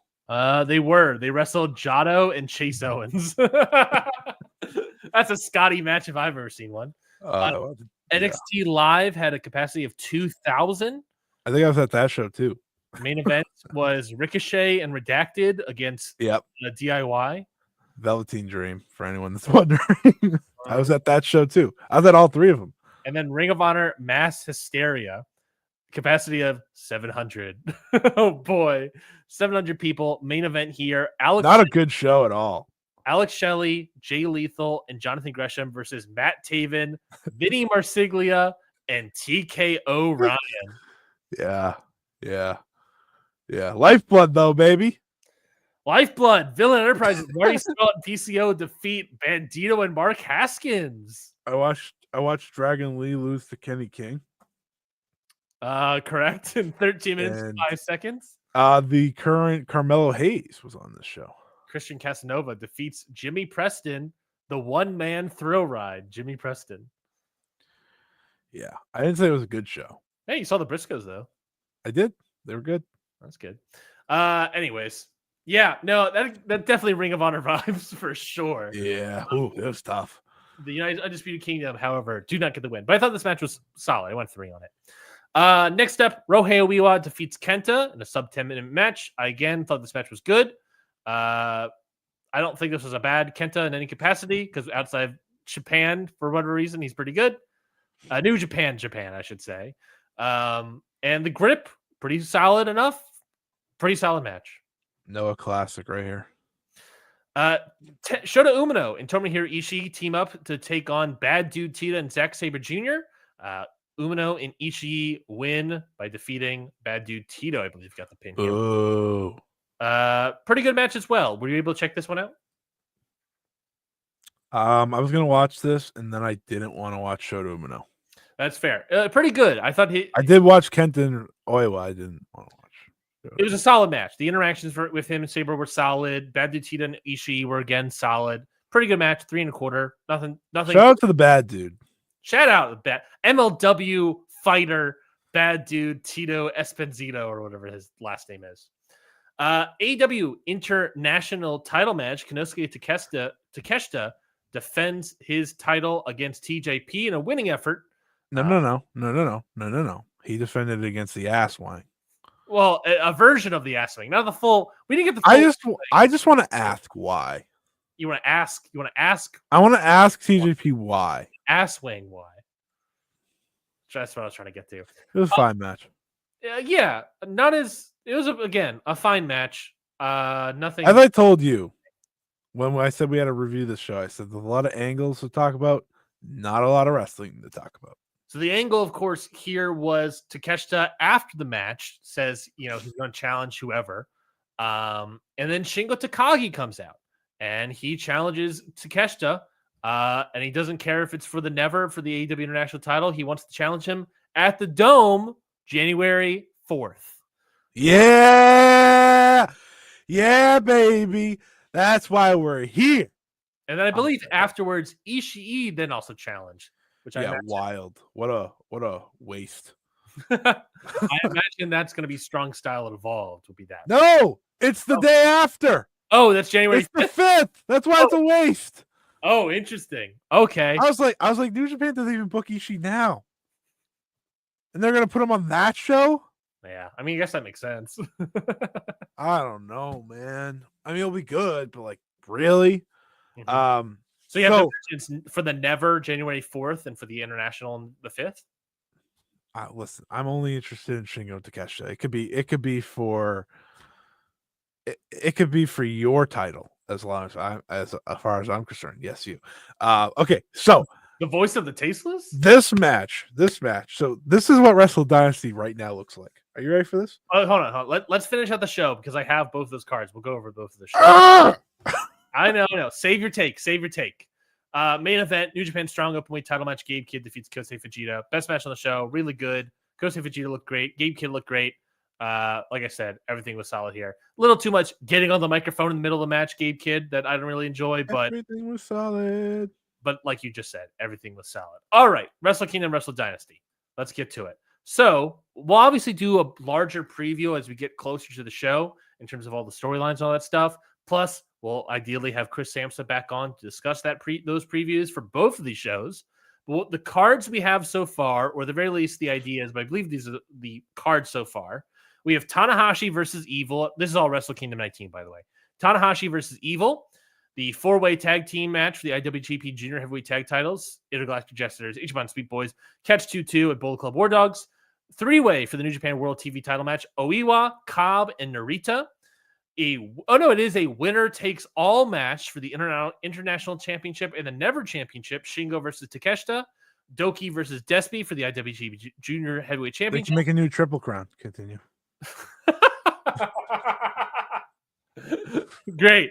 Can't wait. Oh, yeah, they can make a new Triple Crown, and then Okada can win the Continental Classic, and then you do the Okada Takeshita match that they've sort of been teasing. And you got a new Triple Crown.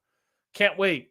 Doki versus Despy, David Finlay versus Tsuji for the Global, and Sabre versus Shota Umino for the World Championship. 7 matches announced so far. I imagine we'll get more. There are teases and thoughts that we're going to get Naito versus Hiromu.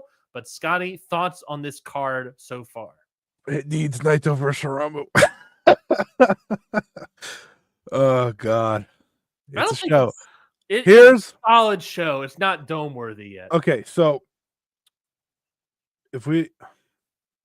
unless Okada and Tanahashi for sure main events January 5th, this January 4th show still going to outsell the 5th, which is crazy.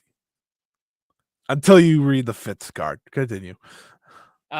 Wrestle Dynasty's card so far that has been firmly announced is Zack Sabre Jr. versus Ricochet in a special singles match. The Young Bucks are going to wrestle versus TBA. And like you just said, Takeshita versus Ishii, I'm guessing right now is a special singles. But that's all I got right now. Is there more that I don't know? There is. Did you not watch the post match of the Tsuji match? I did, but I don't remember anything about it. Jack Perry versus Yota Tsuji in the Dome. Jack Perry versus Yota Tsuji in the Dome. And then David Finlay versus a mystery opponent because he did an open challenge for the show. People think it could be a Jay White. Yeah.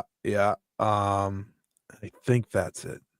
And then obviously Takeshita versus Ishii. Yeah. That's not great. And if the Young Bucks match is going to happen, it would happen here against Omega and Tanahashi. No, so far you have no Omega, no Okada. The idea is Omega would be there, but yes. No Omega, no Ospreay, no Okada. I think the no Okada thing is worse right now. Yeah. Ospreay. I'm getting that Okada match announced as soon as humanly possible because you have to sell tickets, and that's what's going to sell tickets. I wonder. So here's the problem with the Okada match, right? I don't think you can do anything until the Continental Classic is over. That's end of December. Well, what he's the current special singles. You just got to do a special singles against who? Who do you want it to be? Tanahashi. Maybe, I guess. I don't know. I truly that is the biggest and only big match they have. You're telling me a bigger. Hold on, it's a big match. I agree. Part of me thinks for Japan, for Young not for us, versus for Omega Japan. and Tanahashi would also be big. That's not big. The Young Bucks are not draws in Japan. Yeah, they are. Yeah, they were. No, they're not. Yeah, Kenny was. Yeah, Kenny definitely was. That's the Elite. But they were draws in their respective juniors. Yeah, I mean, yeah, in comparison. We'll talk about this when we get to the Hall of Fame conversation.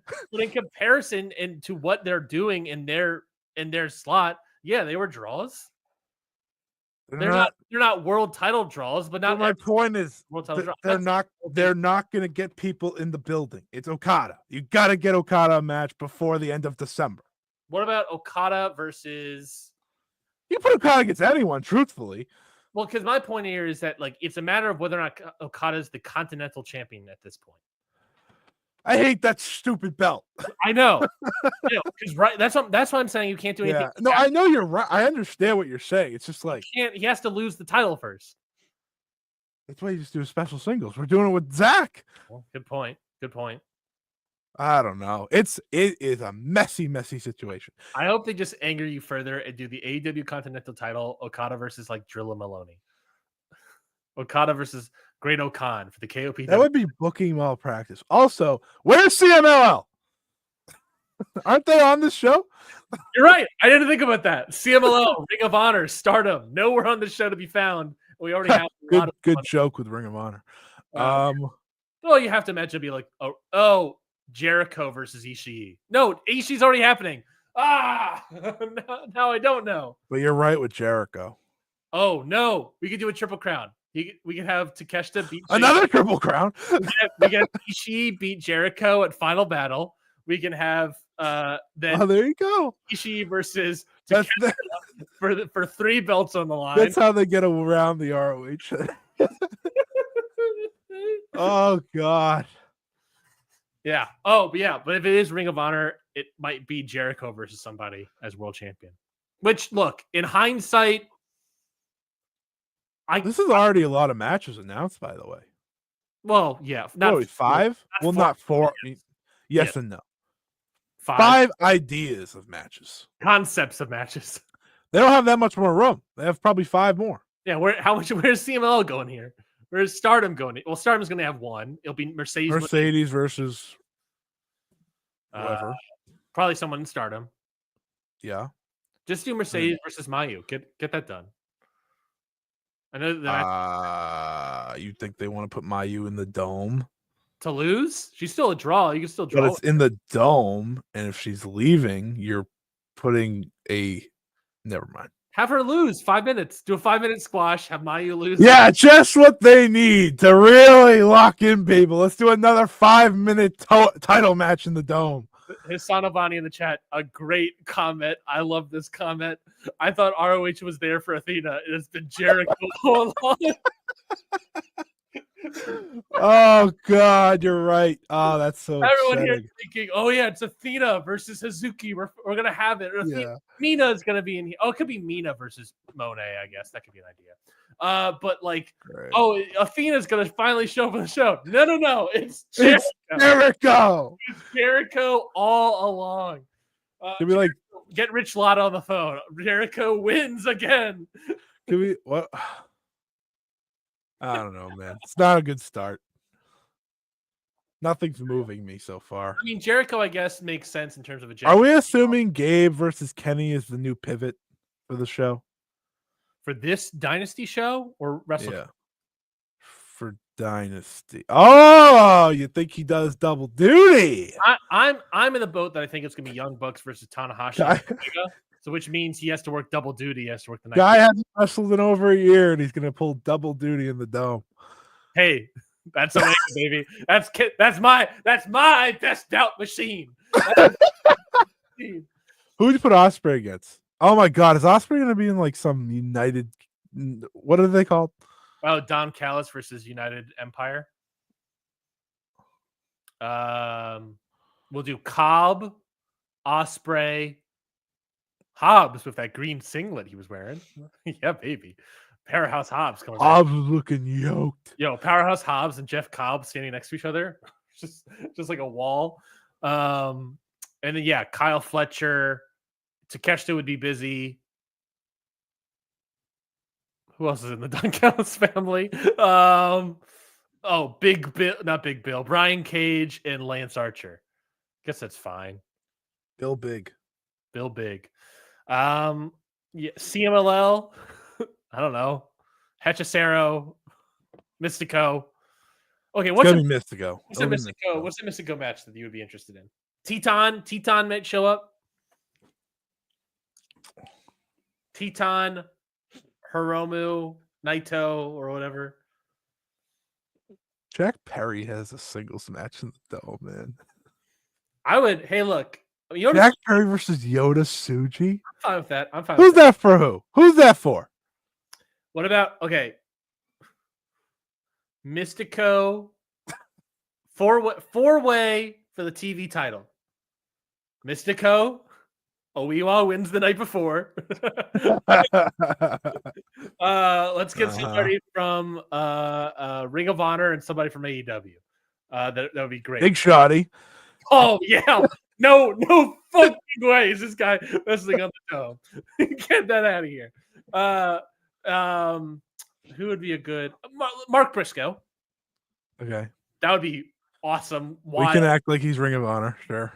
And then who would be a good AEW shout? Big Shotty. No, Big Shotty. I love me some Big Shotty, but he would not. But I hear both of us going. I know who you're gonna get.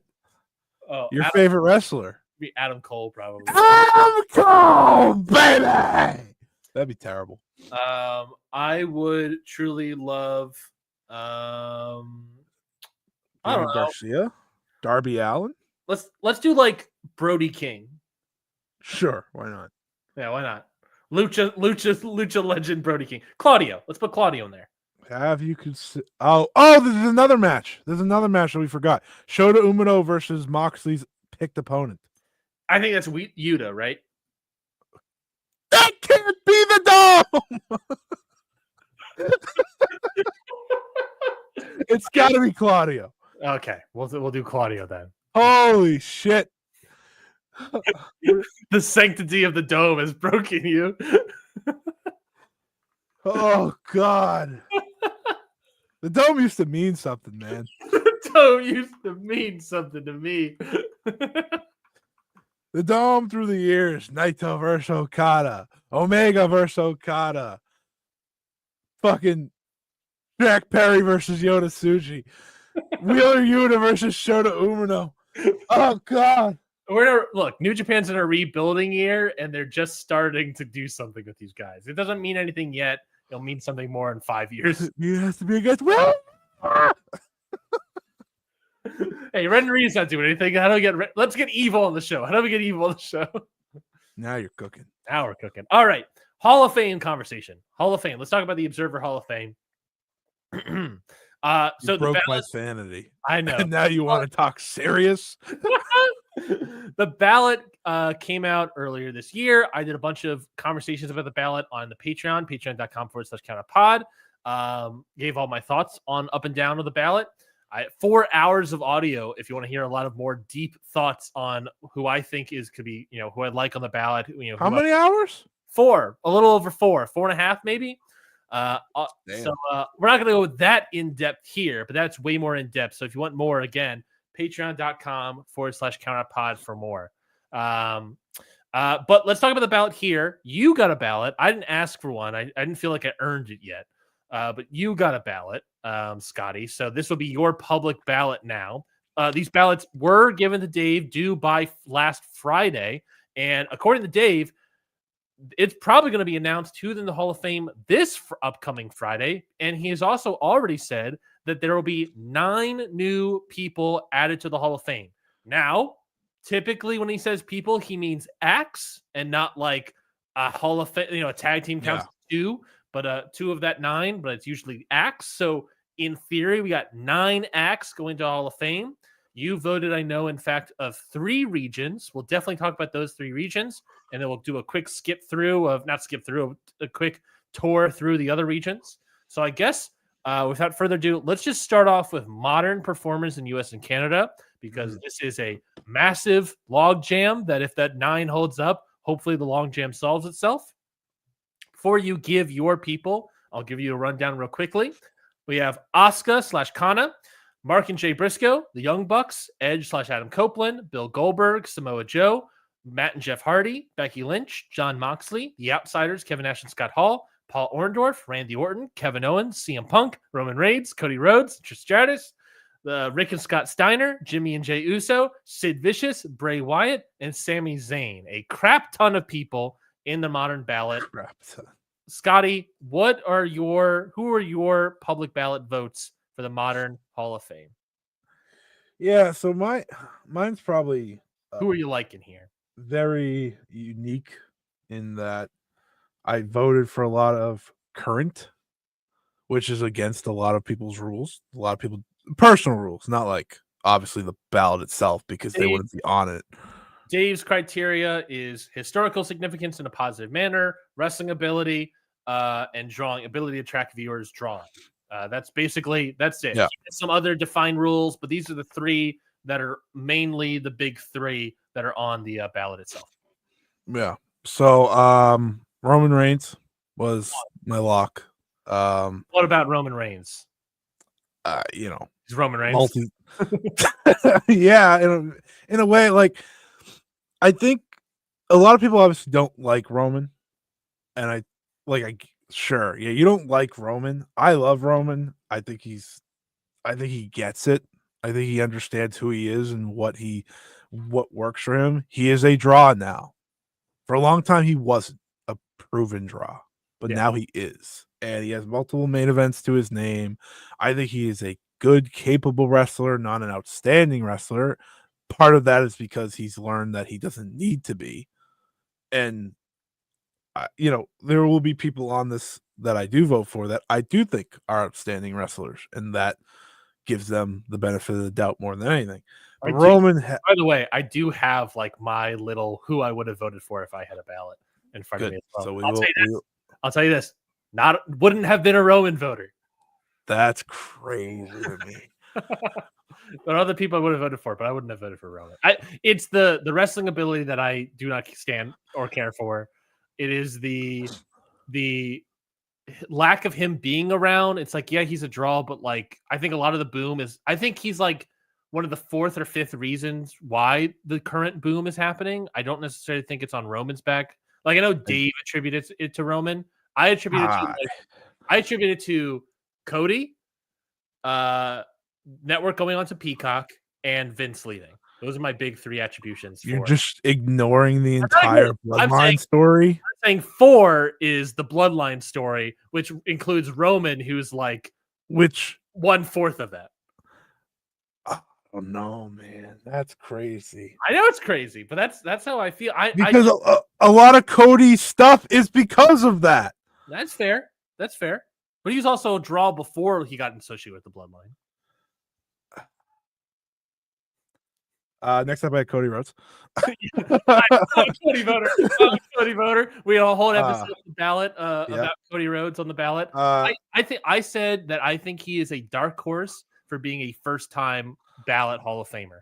I mean, to me, if you look at modern, he feels like the lock. Mm-hmm. I see a lot of people voting for, a lot of people are like genuinely voting for him. You can't, unless you don't vote modern, current wrestlers. There's nothing against him. Yeah, there really isn't. Historical significance speaks for itself. He's a proven draw. He is a good wrestler. Not a Hall of Fame worker, but a good wrestler. Not a Hall of Fame worker, but he's had Hall of Fame worthy type matches, and he has certainly moments. Listen. The worker thing to me, I think, is overblown sometimes. Agreed. Tomohiro Ishii. Sorry, it was right there. You wanted me not to say it. It was right there. But in all seriousness, I think when you are like Cody, and we talked about this on the ballot, which everyone should check out, when you have the help create AEW and help be part of, the hot period of the indies, and then rebuild yourself and return to WWE, multiple main events, multiple, live attendance out of the wazoo as you leading the pack. Yeah. And of course, now being a proven world champion draw, he's just got it. Yeah. My I really like Cody. I would 100% vote for Cody. my next one was CM Punk. I would also vote. I understand like the stuff the past couple of years push people off, but CM Punk is a draw. CM Punk is a great wrestler. CM Look, Punk has the brawl out pisses a lot of people off. yeah. When I see those WWE houses and quarter hours just skyrocket for CM Punk, it's like I can't deny It's unfair. it like if part of the thing obviously is that you need to contribute in all three categories, but if they're so overwhelming in one, CM Punk feels so overwhelming in a Hall of Fame draw. I've heard people try to say he's not a draw. I'm like, I don't know how you say that. No, I think not calling him not a draw is insane. He is he is one of the like true final draws, I think, that is very unique to wrestling now. I can maybe hear an argument not by saying not calling him a Hall of Fame draw. I can hear that, but not sure. But he is a draw for sure. I have also heard the argument of similar to the Roman stuff of the scarcity. Somebody has the scarcity of Punk attributed to his stuff, right? He's gone for 7 years. He comes back in AEW and he's a massive draw, obviously. He then gets injured multiple times, so he has more returns throughout AEW. Then he returns to WWE, which bumps him back up to being a massive draw. And now he also then got injured, and now he had another return. So is the scarcity of Punk attributing to his drawing power? Maybe, but it's still great. If you want to pick up another great worker and try to do the same thing with him and see if they pop a rating every time they show up, then go ahead. You could try that. Yeah. He just does it. Like it's just what he does. Like I said, he's a great worker. Great worker. Great promo. He does, I think at the end of the level talker. Yeah. At the end of the day, like I couldn't not vote for CM Punk. Mm-hmm. Historically significant. He may have some negative manner aspects to him, and I think fair. Yeah. Other than that, I think he has some historical significance, especially the sort of the disdain of WWE at the time. And like sometimes when I think of historical significance, I think of like if you're telling the story of pro wrestling, am I going to mention this person? And how many times and how important am I going to mention them?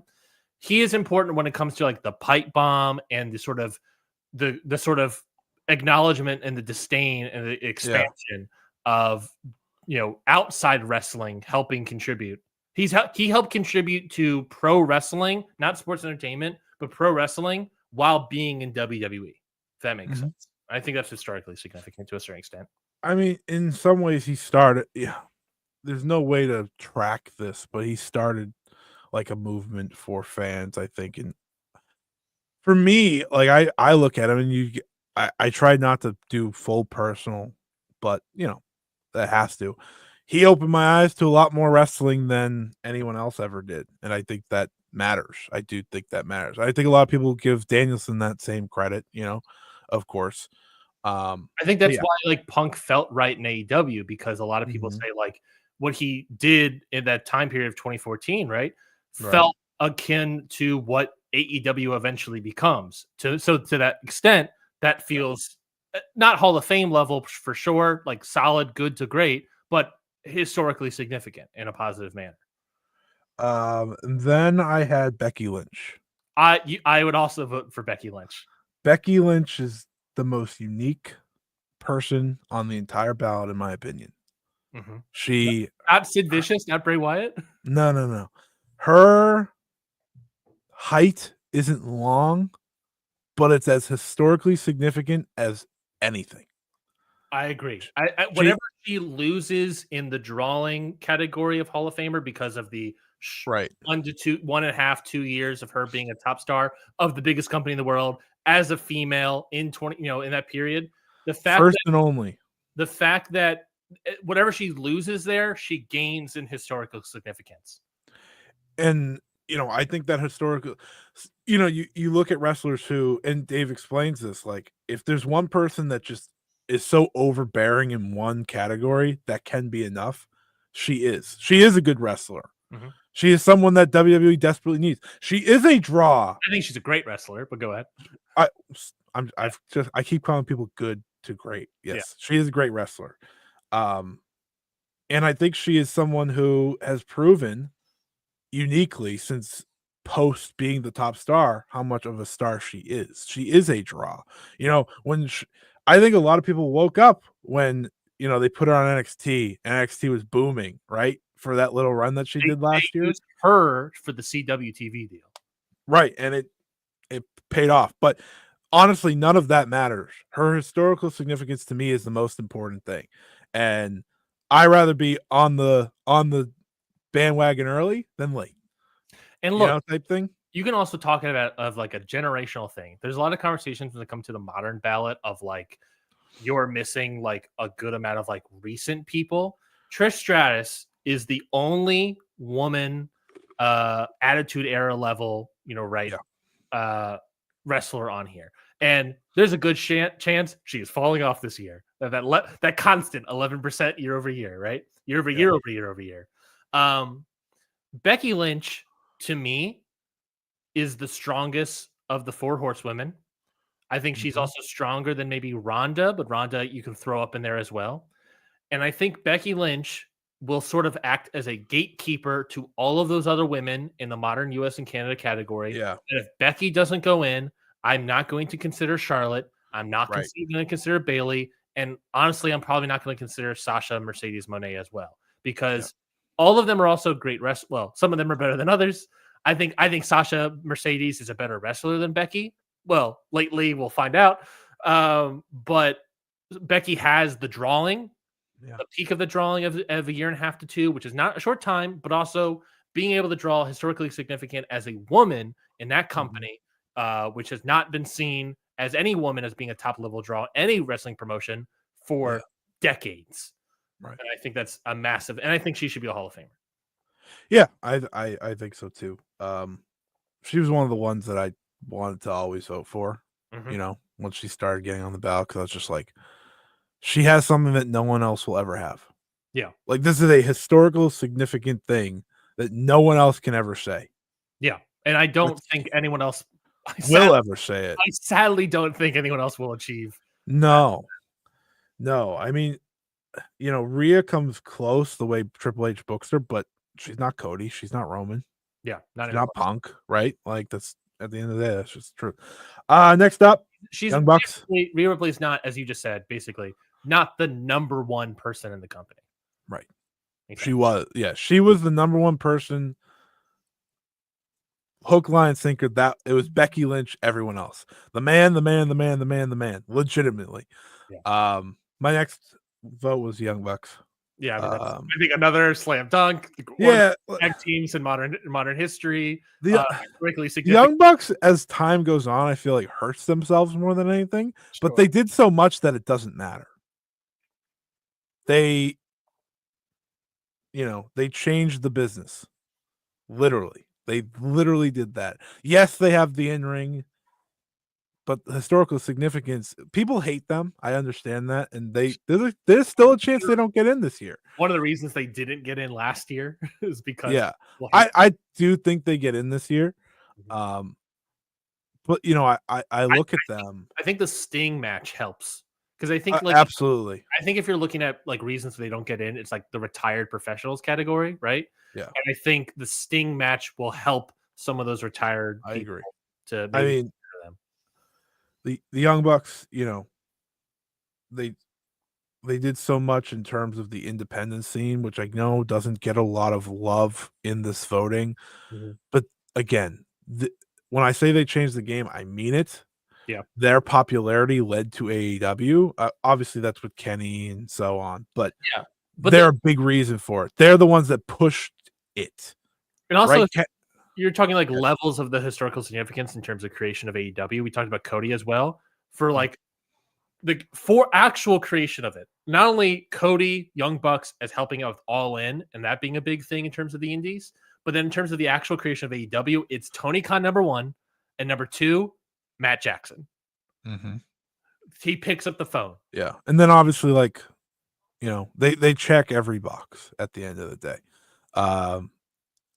In terms of drawing power, it's very unique because they're a tag team. Yeah. So like, I don't look at it the same way as if I look at like Cody, for example. But for a tag team in the 2000s and on, they draw as much as a tag team probably can. Yeah. Right.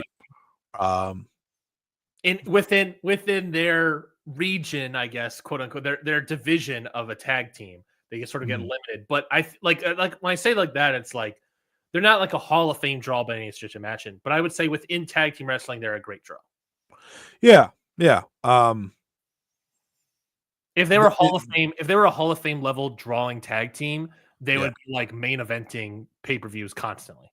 Right. They're very unique in that, but I think at the end of the day, like they just have to go in. Like I honestly, it was funny because I did one of those things where I know a lot of people do this. They're like, oh, they'll get in, so I don't have to vote for them. And I was like, well, no, I don't know that, so I do have to vote. There's for a lot them, of people that actively don't vote for them because so I will vote for them because I do think they not only should be in but need to be in. Mm-hmm. So that's what 1, 2, 3, 4, 5. 5. Yeah. Then I did Mox. Mox was on a cusp for me, but I voted for him. He was very interesting for me. He was actually my last pick. Because you just kind of got to think about what this guy's done. I think I forget the exact stat, but it's like every person that's won Wrestler of the Year in the Observer Award is in the Hall of Fame. He's won it twice. Yeah, he's won it twice. Every wrestler that's won the Luthez Award in the Wrestling Observer Hall Awards has gone in the Hall of Fame. I don't know if he's the only one. I think it's most people have gone in, but he's won. Nonetheless, he's won it twice and he's not in. Right, he's won it multiple times. He's not in. He's a draw for AEW. He has been a draw for AEW. He was the champion as they changed their television. Yeah. He helped them change the television deal. Him allowed AEW to actually make money, start making money. Him jumping ship from WWE to the AEW, I do think is something underlooked because yes, they already had things going together, but he's a big part of that push. I'm so glad you brought this up. I realized this, and I said this on the Patreon audio, that the perfect storm of AEW, there has to be a lot of different things. But what also helps is that Kenny Omega brings in fans of Japanese wrestling. The Young Bucks bring in fans of tag team wrestling. Chris Jericho brings in the old heads. They don't really have anyone that brings in modern US fans. They brought in Jon Moxley. He was that last piece of the puzzle. If they had like Mercedes at that point in time, it would have been the undoubtedly the perfect storm. Britt Baker's obviously not bad by any stretch of the imagination. Like if they had one person, like if they had Becky, I'll even take a Charlotte or a Bailey or any of these. They would have been the perfect storm. But they needed somebody from modern US. That's Jon Moxley. Yeah. He was a difference maker for them in every way, shape, and form. He's also been at the top in WWE, which I know matters to a lot of people, and he got there. So I think that's credit to him as well. And my final one was a personal one, very personal one. Let me take a guess. It's pretty easy if you really just like think about it for 2 seconds. Okay, it's definitely Bray. It's a tie between Trish, Bray, and Sid Vicious. Yeah, you're right. I know Oscar, right? So I know a lot of people are voting for Paul Orndorff. Mm-hmm. And I understand it. I understand it. Big time draw and whatnot. That's underappreciated probably for Orndorff. If the big event was called WrestleMania 1, he would be in. Yes. But I had to vote for Samoa Joe. Yeah, Samoa Joe. I had to. He's another guy that was on my cusp. I didn't vote. He I wouldn't have voted for Samoa Joe, but he yeah, was on the cusp for me. he is a guy that in my head, I feel like if you're ever recognized as the best in the world, legitimately in your career, you probably should get some respect when it comes to a Hall of Fame. Yeah. Samoa Joe, in many ways, is arguably the best of that era. His main reason he's not recognized the same is because he was in TNA.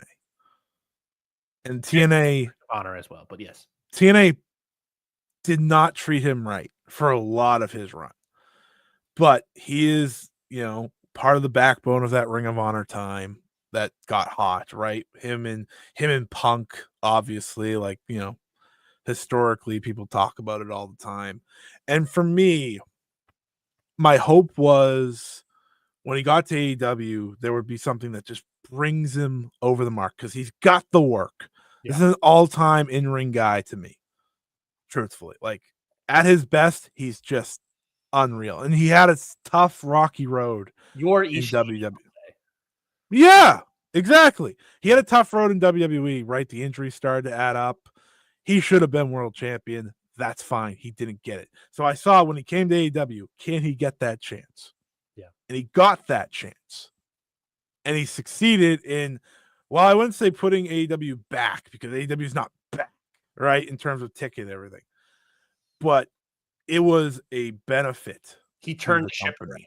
He turned the ship of the MJF sinking ship around in a way to get them to swerve, which was so important, I think, for AEW this year. And again, this was a year where they had to lock down a TV deal. Yes. And he was a big part of that. I think Samoa Joe, his in-ring, like I said, will carry a lot of the load for me as a voter. Yeah. And like I said, this is a personal one. Samoa Joe is an all-time favorite of mine. So I was going to have one personal vote, and I didn't have a problem with it. Everyone else, I think, is like, they have this historic whatever. Samoa Joe, just that dude to me. He's that dude. Like you, I think you said it perfectly. He's my Ishii. Yeah, 100%. And I wanted to have one of those votes. Go ahead. I hope in time, the more he does in AEW, maybe we'll just give him a little bit more benefit. I know he's not going to get in this year. I'm not delusional. I just want the man to stay on the ballot, though. That's all I want. I agree. He's fallen off before. Yeah, I agree. I think like part of that is like the log jam, obviously, but we need to clean out that log jam. Oh, I agree. Please, please, for the love of God. So I think I talked about this before on the Ballot Patreon show. I believe I talked about this with Adam Berger. No, I talked about this with Suit Williams, where like I don't remember. I think it was Suit Williams, where I mentioned something like along the lines of like how much of this ballot comes down to the worker themselves and how they were booked. Yeah. And Samoa Joe is one of those guys that in almost every point of his career, he's booked improperly. In TNA, in like ROH at times, but for the most part, stay solid. Funny enough, WWE and the main roster WWE, obviously. And NXT was booked very well. But it's the moments where he's booked really well where he starts becoming a proper draw. It's just no one had any idea. It's like this guy could have been a slam dunk Hall of Famer if he was with any good booker at any point in time. Because when he is booked properly, he draws. It's crazy to me. It's frustrating as well. Oh, also, I didn't say this. He, to me, is a Hall of Fame promo. I agree as well. So again, Samoa Joe's so unique because, like you said, in a way, he didn't get the opportunities he deserved to be that all the time. When he did, it worked. It just didn't happen all the time. I wish there was a way to just pick him up, take him out of TNA, and put him anywhere else. I know. Hell, put him in Japan. Like he'd be in a different category and probably have a better chance. But my point remains, like, he's a very unique one. Who else did you have? One other person that I would vote for if I had a ballot would be the Briscoes. Yes, they were the cutoff for me. Briscoes, I really like. I think that as wrestlers, like the Young Bucks, they are one of the best tag teams of modern day. They, I think, are. I said this before, and part of this ballot, especially the modern category this year, is the fight between the WWE and the indies, right? Mhm. So many of these cases can be helped or hurt by people's indie work. Samoa Joe is an example of somebody from TNA and Ring of Honor. Cody Rhodes, I have given evidence to support that he's a draw in Ring of Honor when he was in there in 2017. The Young Bucks, obviously. I mean, Asuka, I guess, if you want to look at her Japanese stuff. Who else? Kevin Owens, Sami Zayn. There are people here that a lot of their stuff gets helped out. And one thing I talked about here on the Patreon show was that when you look at historical, there's this similar conversation with the territory system versus like WWF. But that disparity, that magnitude of difference between the two is closer. There is not a grand magnitude. Whereas in modern, there's this massive magnitude between how big the WWE is in terms of drawing and how big Ring of Honor TNA is. The Briscoes, to me, Samoa Joe, all these people, the Briscoes to me are somebody that were great draws in Ring of Honor. Are they Hall of Fame level draws? No, because I think if they were Hall of Fame level draws, Ring of Honor would have like shot up constantly, right? But I think there were great draws in Ring of Honor. They constantly won tag titles, which to me tells me that they were solid draws. And I think they were great workers. How you sort of feel about Samoa Joe is how I feel about the Briscoes. I think they're great tag team workers whatsoever. They're Hall of Fame workers in my eyes. I agree 100%. And I think if I had one more vote, they would have been my, other vote. Originally, they were actually on mine. And I think I had Moxley off. Yeah, I said Moxley was my last pick. But I was like, I just can't not vote him in. And it was deciding between Joe and Briscoes. And I think like ultimately they probably hurt each other because I think there's a personal feeling for a lot of fans that would consider either of them. I think the Briscoes are 100% a Hall of Fame tag team. Yeah. That should 100% get in the long run. Agreed. I'll be upset if they don't, truthfully. That's fair. Did you have any other people that were on the cusp for you? I guess technically 3 more. We already talked about Orndorff. Yeah. Orndorff is on my cusp, but he's on the cusp. He didn't make it because I don't know enough about Orndorff. But I know a lot of people are very high on Orndorff, so it's like I would consider him. Yeah. I wouldn't have voted for him, but Sami Zayn is very unique to me. He's on my cusp. He is, I don't know, probably a world title reign in WWE away, which sounds absurd, but I think it's possible. Because I give credit to Roman for that bloodline angle. I give credit to him as well. He's main evented WrestleMania. He's obviously a fantastic wrestler. He's just hurt by other longevity, by the way, for longevity too, which is like something I feel like I don't think of enough. But I mean, this guy has had great matches almost every year of his career, except for like, what was it, like 20? There is that period where he's dogging it. There's a period where he's dogging it / they don't do anything with him. Mm-hmm. So like, was he still a great wrestler? Yes, but he just so like. That doesn't help, but he was definitely one that I was like, maybe soon. And people may hate me for it. I think the Usos are very interesting. Ooh, okay. The Usos are a team that I wouldn't vote for, but somehow when I did that audio of Suit Williams, I somehow convinced Suit to vote for the Usos. So I don't know what it is, but I somehow was able to convince Sue to do it. He then messaged me later after the WrestleMania match. I am no longer considering the Usos at Hall of Famers, which I get. The Usos are just very interesting because I think they're good as a team. Singles wrestlers different conversation, but that's not the vote. That's not what I'm voting for. Yeah, that's true. Right. So I think that's like part of it. And they again. A main event. They have a main event on them there. WrestleMania main event. They're arguably a top 5 team all time in WWE. Just And you're saying all time. I would also say like modern day, they are like the team. Modern day, it's them and the New Day. Yeah, exactly. New Day would get my vote. As a fact, because they're very unique, but they're not on the ballot, so we don't have to talk about them. They should be. Is it 10? If they're 10 years together, longevity as a faction, come on now. It's right now. This would be 10 years soon. Their anniversary is coming up. Yeah. Anyways, the Usos, I just found them very unique, like looking through like their accolades, and they lack in certain things like historical significance. And in ring, I'm taking the Briscoes and Young Bucks over them. Yeah. Maybe historical significance is different. I would take the Steiners over them in ring. Also true.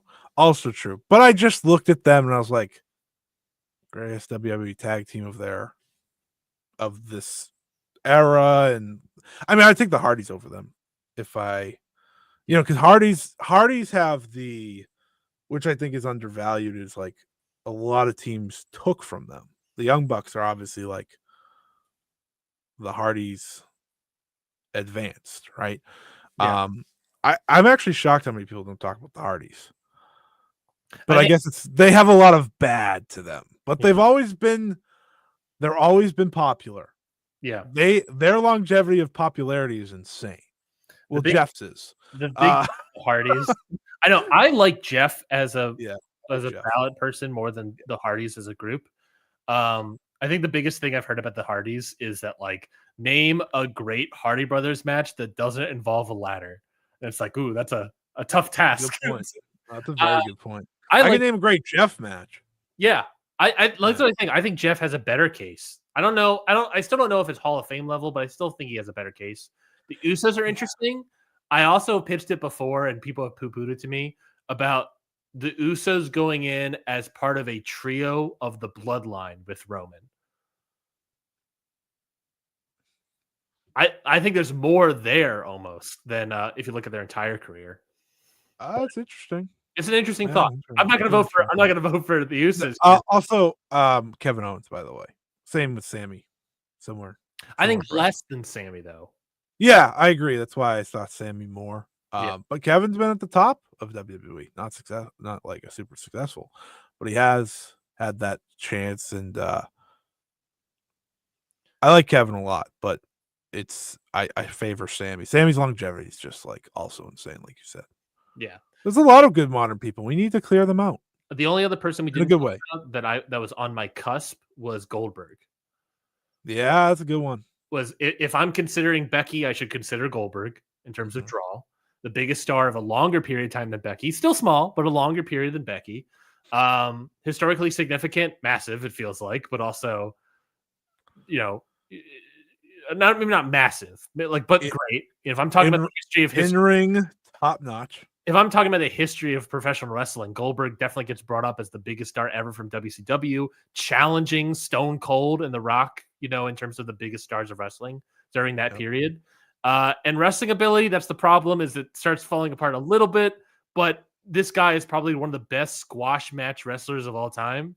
And that gets a little accolade for me. So Goldberg, again, doesn't cut enough mustard for me, but if you could get 4 out of modern somehow, it won't happen.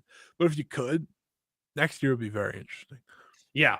I mean, yeah, if we're talking Dave says 9, I'm thinking I think it's Roman, Bucks, and Orndorff, and maybe a Cody, just because of how much love he's getting. Maybe a Punk. I would say maybe less than Cody, but I've seen a lot of Cody love. Like that's a good amount. And then if those voters kind of can corral around them, then I'm seeing Trish probably also falling. I think Wyatt is obviously falling. Sid Vicious is falling. Asuka's probably also falling. Maybe she stays on and replaces that Trish voter base, but I think Asuka's falling. I think there's a good chance that a good amount of people, and maybe this vote can go from 7 votes to 4 or 5. But we'll see. We'll find out Friday. Moving on, let's move on to Japan. Japan has Shima, Satoshi Kojima and Hiroshi Tenzan as a tag team, Yoshiaki Fujiwara, Hayabusa, Antonio Inoki, and Seiji Sakaguchi as a tag team, Kento Miyahara, Zack Sabre Jr., Mako Satomura, Tiger Jeet Singh, Shingo Takagi, Yoshihiro Takayama, Emanami Toyota, and Toshio Yamada. How are your thoughts on this one? This one has a lot of cusp wrestlers for me, and one definite. Shingo's in. Mm-hmm. I voted for Shingo. Strongest category, I think. Yeah, for sure. Dragon Gate, his Dragon Gate time, he was top star. Then he goes to New Japan, becomes the top star there, holds the IWGP World Title. In ring speaks for itself. The hard part about him is obviously the drawing at top is To be fair, it was very easy for me. I said, "Well, Ishii's in," and I think Shingo's better. So there you go. But he's had the moments at the top. Hard to judge his because it was COVID. Exactly.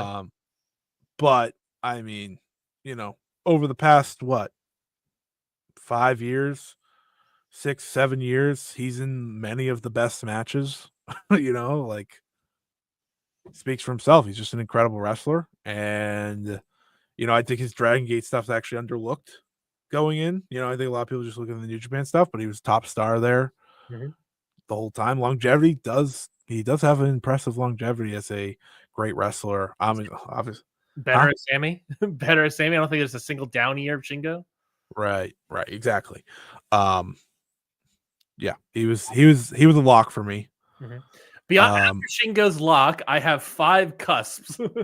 Yeah, so I only voted for 2 more. I think 2 more is who I would vote for as well. You get 4 votes. I only did 2 more. Part of that was because of non-wrestlers. I actually, in my brain, had a 4th. That doesn't matter. I could have voted for 4 here and then done that, but that's how I did it. I voted for. Make that confusing rule easier for you.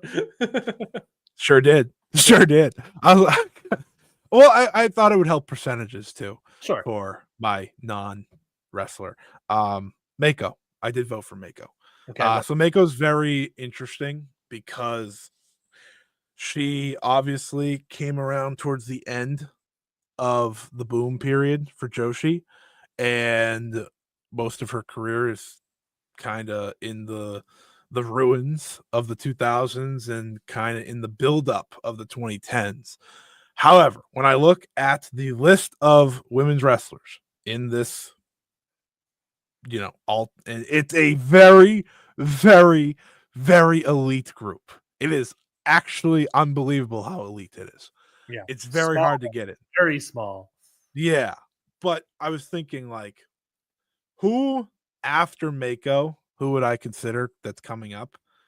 There's only 2 people right now, and that would be Io, who unfortunately is going to probably get tossed in modern now instead of Japan. I think she's going to go on for next year's ballot, by the way, but continue. Yeah, she's 35 next year, right? Yeah. I'll shock you down now for Io on the ballot episode. Yeah, I mean, I will vote for Io. So after Io and Mako, you have who? It'll be Mayu. Yeah. Just what she did for Stardom as their top star all these years. But that's not the point. I vote for Mako. She's very interesting to look at. And I also have something to live up to here. Okay. I represent a certain group here. Mayu, 31, by the way, but go on. Yeah, Mayu's got that's the interesting part about Mayu. She's got a lot more to put into. Anyways, with Mako, longevity is there. Longevity for Joshi doesn't always happen, but she's been great for a very long time, and she is a superb in-ring performer. That has never been taken out. Historical significance is where she lacks, unfortunately. But as someone who did a episode about Mako Satomura and her involvement in Stardom, she's a big reason Stardom survived. Not the biggest reason. The biggest reason is freedom, specifically Io and Mayu. Sorry, Kairi. But she came in after the Yoshiko Aki Asakawa thing that, really bad, that pretty much killed them for a while. Took the world title, faced Freedom, helped push them forward, then got out or whatever. Is it like sort of like a Ronda-esque situation? Kinda, yeah. And she also just is, top level worker. Yeah. I don't take a lot of cage match into this when voting, but she's like Especially- a 9.57. Especially Okay, she like stuff like it's right. Like there's some people that are just like crazy voted, but Mako is a 9.57, 304 votes. So this is someone that is recognized as one of the all-timers in ring. Mhm. And again, she's very interesting because she's not going to get in. I know that, but I had to vote for her. Just had to. I just couldn't not vote for her. I looked at the names. I was like, Mako belongs. If Mako's there, it makes sense. Asuka didn't. Mako does. Yeah, for me. I'm pretty sure EO, by the way, will probably be on the ballot next year, whether it's Japan or modern. It's probably modern, which I think would be a bad idea. Sucks. But I get it. I get why, but it'd probably be that. And then Mayu, she's 31, so she would have a couple years if you look at age. But next year, 2025, is her 15th year in wrestling. So I don't think she would go on the ballot next year, but I think in 2026 she'll be on that ballot. Interesting. EO and Mayu on the same ballot. Maybe, possibly the same region. If they were both in Japan, they have a really good shot. I agree. But I don't think EO's going to be in Japan. EO's still very interesting, though. Mm-hmm. Even in modern, it'll be really tough because we got to clean out modern for a reason, Ryan. I agree. Can I give a cusp? Yes. Kento Miyahara. He's an interesting one. Cusp that I would vote for is Kento Miyahara. Okay. He needs time for me. He needs time, and I would vote for him. And they're downslotting him right now, so it's weird. I know. And that's why he needs time, is that like I want to see how that looks. Because similar to the other person that was on my cusp that I would vote for, are two people that I feel like need time, and I would want to just vote for them to keep them on the ballot to give them that time. Yeah. Kento is somebody that I think is a great, arguably Hall of Fame worker. Drawing is obviously tough. He doesn't have a lot of great houses per se, but this is also, again, the regional thing of like when you look down to All Japan compared to Noah, compared to New Japan, it's a tougher thing, but he is able to sort of keep the flame of All Japan alive for a good amount of time. Better draw than obviously like the other top guy of the company at the time, Suwama. So he has better stuff there. And then now, in terms of historically significance, you're looking at the transition of the new age and how that works and how that works from there. And so that's why I would almost vote for Kenta to just sort of keep him on the ballot to continue. Plus, there's a good chance this guy's the next Triple Crown champion. So he's very interesting to me because, again, like I talked about this with Samoa Joe. If you're someone that at one time could be viewed as the best wrestler in the world, you deserve extra points from me. Yeah. He is that. He still is that. He's in his prime right now, despite them, slotting him down for a little bit for this year. It takes time because, he's going to get the world title back soon. He's going to get the Triple Crown back. It's just a matter of like, where does that lead to? What does that look like? But if you go through All Japan's best matches of the past 5 years, he is honestly in pretty much every single one. Yeah. That's unbelievable. A constant Tokyo Sports Award winner for the Japanese MVP, which is typically given to the person that is the best wrestler not in New Japan. Yes. He has also, Dave would like this. He made Jake Lee be really good. That's a big help. That's a big. I told you, it's like part of my. I almost voted for Kento. He was almost my fourth. Part of my voting for like Kento Miyahara, or part of my watching and reviewing Kento Miyahara was there's a playlist of every single Jake Lee Kento Miyahara match. I watched all of them, like however many, eight or so. There's a lot, and just like seeing Jake Lee be really good to great. And but also like change his style throughout the years, and then Kento's the same and it's crazy.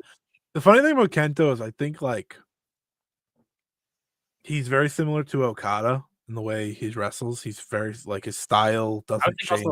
Flair-esque. Yes. Yes. His style doesn't change, but he's always been great. And game workers, by the way. Exactly. So I think in the long run he should get in as a worker alone, but it's just really it still feels really early for him, unlike Shingo, if that makes sense. Agreed. Who's My third vote was Toyota and Yamada. Okay, I've heard a lot of people poo-pooing Toyota Yamada, and you're voting for them. Their run isn't long.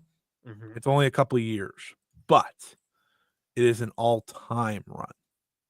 Like they are arguably the best team of their entire generation. They have multiple 5-star matches, I believe, if my study is correct. You're also getting me at a time where I am very much looking into these two and their run and how special they are. Also like looking through history, what women's tag teams have a chance besides the Beauty Pair and the Crush Gals. This is one of the only few I'd even consider because of their level of work.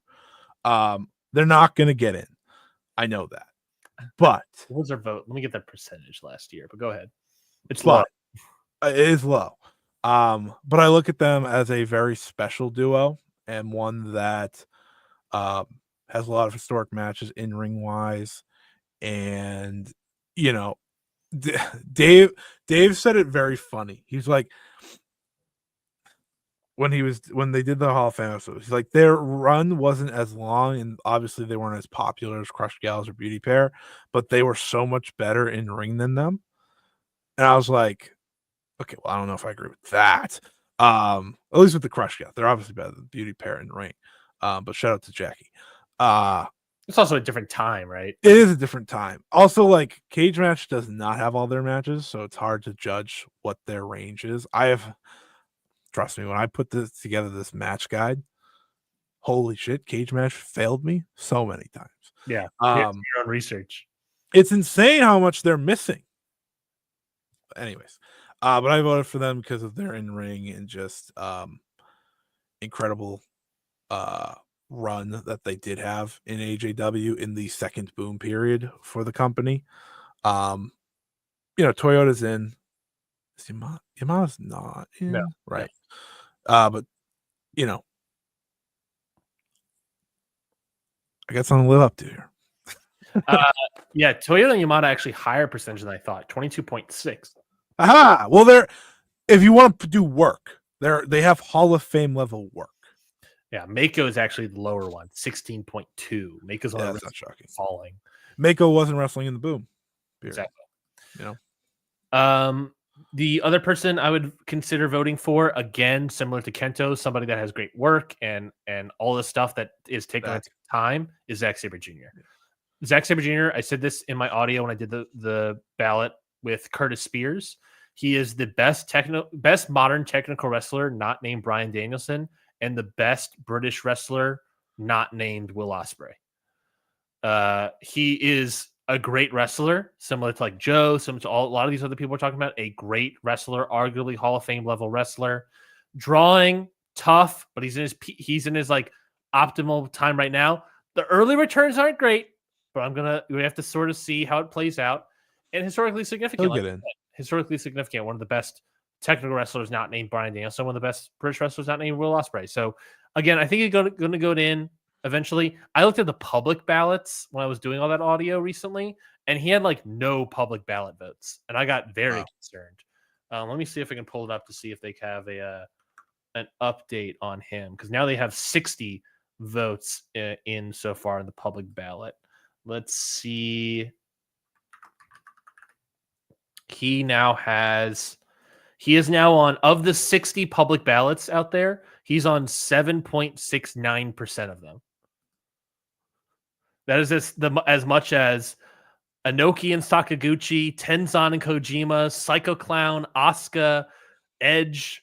Actually, no. Actually, it's not Asuka. Asuka's lower, but Psycho Clown's the cutoff there. But yeah, not great. That makes me nervous. But alas, he didn't get there. But if he fell off, that'd be insane. Anyone else that was sort of a cusp conversational person for you? I had 3 others that we can do. I like Takayama's work. But I wasn't gonna vote for him. I'm trying to remember them. I had Shima as a cusp guy that I wouldn't I was vote never for. voting Shima. Fair. I also had Hayabusa as That makes sense. the cusp guy. There's a significance there. I feel like there's like this weird, like him, and then it like in conjunction with Koichi Yoshizawa, a non-wrestler. Like there's this weird thing to me where it's like I feel like Hayabusa in a historical significance chance. I didn't live through it, so I don't really know. Maybe Yeah. someone has and can tell me. Yeah. But I feel like he has like a big reason, one of the big reasons why tape trading got as big as it got. Sure. Obviously, there are so many other wrestlers that are a big part of it. But in terms of like Japanese indies, like if I went to a magazine photographed by Koichi Yoshizawa and I saw Hayabusa, I'm like, if I'm a kid, I'm like, I want to get that tape. I want to watch that guy. And so I think like the look alone, it almost makes him like historically significant in terms of tape trading. Yeah. But there's that. There's also the Tiger Jeet Singh, who fell off the ballot on modern US and Canada. I think modern, might have been historical, but is now in Japan. I think there's a chance he gets in, maybe not. I don't know. He's like a Paul Orndorff, like the best drawing guy for like Inoki. Yeah. And it has historically significance. I don't know if he was the first guy, but he's definitely, I think, the most early memorable Gaijin wild man that I can think of. That obviously then it grows beyond that to Bruiser Brody and all these other guys. You can even say that with like a Joshi spin as well. Like, I'm watching the Queen of Villains show, and I imagine like a lot of the heel work that like Dump Matsumoto's doing. There are elements of it that feel, brawling in the crowd, coming out with a weapon, threatening the crowd members of that. That's all Tiger Jeet Singh, right? So there's all the sort of like historical significant stuff that like expands beyond just, male Japanese wrestler in all Japan, but how heels work and manifest themselves in Japanese wrestling. Sure. So there's something there. Real quickly, we'll just go through these and burn these off because I know these are regions you didn't vote in. Mexico, Angel Blanco and Dr. Wagner, Sangre Chicana, Psycho Clown, El Dandy, Los Hermanos Dinamita, Durrell Dixon, Gran Hamada, El Hijo del Santo and Octagon, La Parca AAA, Hurricane Ramirez, Masquerade Sangrada, and Volator Jr. Is there anyone that you want to mention as just like, I know you didn't vote in these regions, but is there anyone in here that you're like, I like the idea of this person, or anyone at all? I didn't look into Mexico as much because I knew I wasn't cut out to vote for it. So one person that I like, again, I wouldn't vote in this region either. One person I do like that I think should have a stronger consideration is Masquerade Sangrada. We have never had a single mini ever on the ballot, and obviously no minis ever in the Hall of Fame. If for a little of a gatekeeping sort of thing in terms of Masquerade Sangrada as the gatekeeper, if he doesn't go in, there will never be a mini that goes in. And mini wrestling is a part of the history of professional wrestling that I think that is probably under discussed, but should be discussed. A guy that is probably the best mini worker of all time, historically significant. He helped basically launch two mini divisions in two different companies at the same time in a weird way. And so I definitely like Masquerade Sangrada a lot. Everybody else, I don't know enough about, or I like. I mean, I do like Gran Hamada as well, in terms of Japanese puro stuff. But I didn't do an episode on him this year, so I don't know. There's not enough. Rest of the world: Spiros Arion, Dominic DiNucci, George Gordienko, Bully Joyce, Killer Carl Cox, the Royal Brothers, Johnny Saint, Adrian Street, Jose Torres, Otto Vons. I assume you didn't look at anybody in here. No, I just know Gordienko should probably get in. Yeah, I'm very upset. I didn't get the chance to do an episode on George Gordienko this year. I don't actually know if I should have because he's been on the ballot in different regions before. But I really like George Gordienko, and I definitely think he should get in 100%. But I wouldn't vote for him in this region because I wouldn't vote in this region. And then historical, very quickly. Ole Anderson, Wild Samoans, Bob Armstrong, Tully Blanchard, Arnie Anderson with JJ Dillon, British Bulldogs, June Byers, Wild Bull Curry, Junkyard Dog, Cowboy Bob Ellis, Pampero Furpo, Black Orderman, Great Goliath, Archie, Mongolian Snapper Goldie, The Hart Foundation, Sputnik Monroe, Dusty Rose and Dick Murdoch, Johnny Rougeau, Iron Sheik, Ricky Steamboat and Jay Youngblood, Mad Dog and Butcher Vachon, and the Von Erics, Kerry, Kevin, and David. Anyone here that you're like, yeah, I'm not going to vote in this region, but I do enjoy the thought of them. I don't know. You just said so many names. Yeah, I know that's fair. That's fair. I remembered most of them at the beginning of all this, like when the ballots came out. Now it's like I don't remember anyone. Yeah, it's fine. You didn't vote in the region, so I don't blame you. No. I've heard good cases about June Byers. I've heard obviously great June cases. Byers is a good one. I think people a lot think the strongest person in this region is Johnny Rougeau, who is like a massive draw. He was a massive Canadian wrestler. Yes. Von Erichs, I think, are interesting. They're super low on the ballot in terms of voting percentage, but a lot of people speak highly of Mad Dog and Butcher Vachon, and they have a secret, like, really good drawing case. Yep. British Bulldogs, I think, are the highest, and they have a good chance. The Wild Samoans are interesting because they're new, but also, like, if they're not Samoan, if they're not related to Roman Reigns, what does their case look like? A lot of different things like that, but yeah, I wouldn't vote in this region either. Then let's quickly look at the very end here. Non-wrestlers. These are the weird ones. These are the people that are they're in their own region of non-wrestlers, which mean that they have their own voting pool, but their votes will get tabulated in the other regions as part of those voting pots. Yeah. So if I voted for Dave Brown in US Canada Modern, I am allowed to, in the non-wrestling thing, to have a bonus vote to vote for Dave Brown, but his voting gets tabulated along with Roman and Cody and all that. Very confusing. Yeah. I think it's too confusing for a lot of people. The non-wrestlers here are Dave Brown, Zane Bresloff, Bobby Bruns, Bob Caudle, Bobby Davis, Joe Higuchi, Jim Johnston, Larry Maystick, I don't know how to pronounce his last name, James Melby, Rossi Ogawa, Reggie Parks, Morris Siegel, Tony Schiavone, George Scott, Kevin Sullivan, Mike Tenay, Ten Turner, Roy Welch, Stanley Weston, Grand Wizard, and Koichi Yoshizawa. I'm going to know for a fact that you were a Rossi Ogawa voter. Yeah. Shock among shocks. I know. Too much historical significance behind him to not vote him in. There's this great article in Voices of Wrestling that Alex and JD wrote 2 years ago, I think, that really highlights how important he was, not only obviously with Stardom and creating Stardom, but dating back to All Japan Women's and what he did for the Crush Gals and things like that. So, I mean, plus great audio on Stardom Road with you and Trent going over his case last year. He has an incredible case, I think, as someone who in many ways helped keep I know people hate him now, especially like extra hate him now, but he's done a lot to help Joshi and obviously helped re-spark Joshi at the beginning with Stardom and create something very, very big that is obviously now viewed as a big promotion. This year's not going to help him, I'm sure. Yeah. Plus, it's like he's almost like reset himself because now people want to see how Marigold does. Yes, which is interesting, but I think he's done so much that he just should get a vote. He's the reason I only voted for 3 in Japan as well.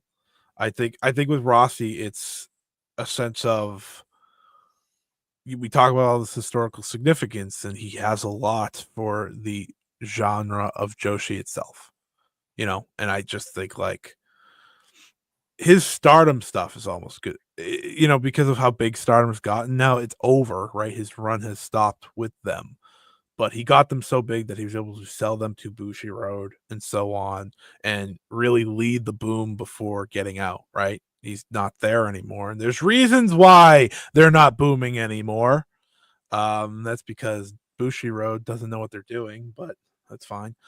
But yeah, I was always going to vote for Rossi, and I will continue to moving forward. For me, it doesn't matter what Marigold does. His legacy's already locked in through the AJW work and Stardom. I voted for Bobby Davis. I don't vote for historical, but that was the one person I knew I was voting for out of historical because I mean he bleeds through all the way to Paul Heyman. The preeminent heel manager. Yeah, his historical. Paul Heyman is one of like 20 guys. Yeah, that all are like Bobby Davis ripoffs. Right. So like that alone is like, yeah, you gotta vote for him. And the other one, which was a fun one for me, with Jim Johnston. Okay, yeah. I thought that was a fun one because he's very different from a lot of the non-wrestlers. Obviously, he's the mind behind the most iconic songs, which lead to the most iconic moments in some of wrestling's history. Yep. There's a reason people hate Def Rebel.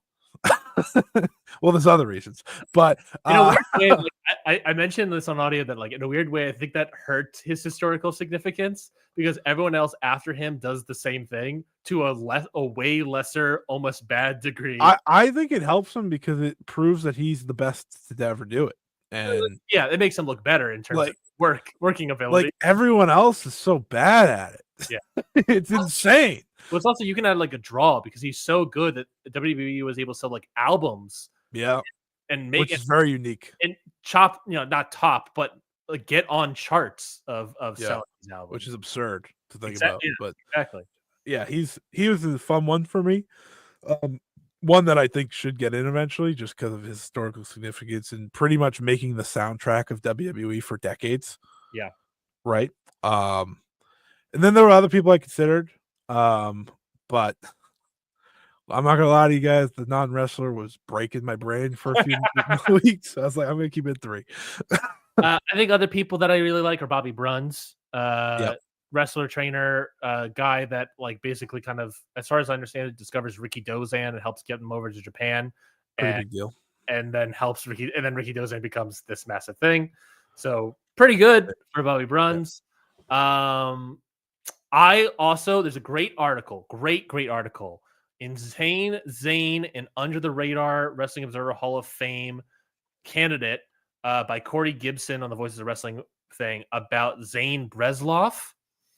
It's a great article. It goes into great detail. I think Zane Bresloff, based on that article, is a legitimate Hall of Famer. This guy is obviously a promoter. He worked with WWF during the Hulkamania days and worked with WCW during their peak in terms of ticket sales for all these sort of things. He's the guy that invented we should have memorabilia chairs for the front row. He is a guy that helped Eric Bischoff in terms of signing Bret Hart, Roddy Piper, Macho Man. He helped because he's good friends of Hulk Hogan based off of the Hulkamania era. He helped get Hulk Hogan into WCW. He comes in. He is basically a promoter for 2 companies during 2 of the biggest booms in wrestling history for 2 of the sort of leaders of the 2 lead promotions of those 2 eras. WWF, obviously, during the 80s and 90s, or during the 80s with Hulkamania, and then WCW in the 90s with their, Monday Night Wars and them being on top. So he's around for all of that. And I think that's a great aspect of, maybe he should be considered for being a part of the 2 biggest boom period, a promoter for 2 of the biggest boom periods in wrestling history. So I think he should be a big case. Koichi Yoshizawa, he was also a new guy. He's interested in him. I'm going to open the door here on the audio here because I want to hear people's opinions. And I'm not an active proponent for this idea, but we have tag teams in wrestling. Announced teams. We have Mike Tenay, and I don't know, but is there any consideration? Like, there are very minimum tag, like announcers on here. It's like JR. I can't think of a single other person. And then obviously here we have like Dave Brown, Bob Caudle, Tony Schiavone, Mike Tenay. We have a bunch. I'm not saying I'm a proponent for this. I'm just opening up the doors of announce boofs as a team because Mike Tenay might not be a Hall of Fame announcer, but I think Mike Tenay and Don West might be a Hall of Fame booth. because they're great together. They wouldn't get voted in because of TNA, but they are unreal. Fantastic duo. Mike Tenay got serious consideration from me. I think he's great. I think he's one of the great commentators in the very short list I'd put together. It's JR and then everyone else. I understand that. Because also Mike Tenay, what I love about Mike Tenay is that I think he's smart. One, knew what he was doing and knew what he was saying. Mike Tenay, by the way, privately says that Zane Breslov is probably the reason for his career. Fun fact. Mike Tenay, his influence goes down to two of the best wrestlers or commentators in the game. Ian Riccaboni and Chris Charlton. I feel like they are influenced, at very least Chris Charlton for sure, influenced by Mike Tenay, and they feel like they are guys from that cut from the same cloth there. And I think personally they are the two best commentators in the game today. I agree. No, I think that's a great shout and good reasoning. Mike Tenay is very interesting because it's like commentators are very interesting, to be fair, overall. Yes. I never see Shivani getting in. He was gone for so long. Plus, really bad in WCW at a certain point. Yeah. Oh, I think Tenay is probably your best bet for a second one to get in ever. It'll be interesting though. Yeah, I'm very intrigued to see what of all the people I read, what 9 acts are going to go in here. I'm going to double check that there are no other announcers. I guess Lance Russell is already in here. I guess it'll be commentating, so I actually need to look up to that. Jim Ross, Ken Walton. There are a lot of commentators. Oh boy, Alfonso Morales, Gene Okerlund. Okay, there's a lot more people. Paul Bosch, Bobby Heenan, Dick Lane. I guess you could say Vince McMahon, but probably not for that. Lance Russell, Gordon Soley. Yeah, that's everybody. So a lot more commentators. In terms of, there's no one modern other than JR, but still. Yeah, so that's everybody. I mean, Morris Siegel is also somebody that a lot of people think might go into the Hall of Fame this year. You and I know nothing about Morris Siegel, so I just want to shout out that he's probably a Hall of Famer. A lot of people say he's a Hall of Famer. You and I know nothing about Morris Siegel as a booker, so I'm just going to leave it at that and move on. I've never said I'm smart. So that is Wrestling Observer Hall of Fame newsletter. Like we said, there are 9 acts supposedly going in off all the names we listed. We will be back, I guess, next week to discuss Saturday, yes, not this next week, but Saturday to discuss those 9 acts and them getting in, and also the sort of results. We'll discuss the 9 acts going in, and then on the Patreon, I'll do probably that minutia breakdown of how everything came out, how votes went which way. But we'll discuss the 9 entries into the Wrestling Observer Hall of Fame this Saturday, because we are recording this Saturday. I don't think we discussed Saturday morning. Yeah. Perfect. Saturday morning, usual time. We will discuss Historic Crossover, the Hall of Fame ballot. We'll preview AEW Full Gear. So we'll have a solid show next week. Historic Crossover? I did say Historic Crossover, but yes. You did? Oh, I have to just make one joke. Unlike do shit less about that show. You beat me to the joke because my joke is going to be, no, Scotty, I did not forget Historic Crossover, unlike New Japan. Yeah. So that's it for this week's episode. Scotty, before we go, plugs, match of the week. Yeah, plugs. Follow me at Scott E Wrestling on Twitter and Blue Sky. I don't think it's at Scott E. I think it's just Scott E. I don't really know how that works. It's scottywrestling.bluesky.com, maybe. Is that what it is?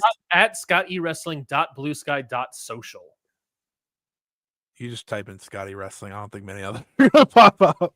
But I'm using that now. It's been fun. I'm terrified. I have like 60 notifications on it right now. I don't know what happened.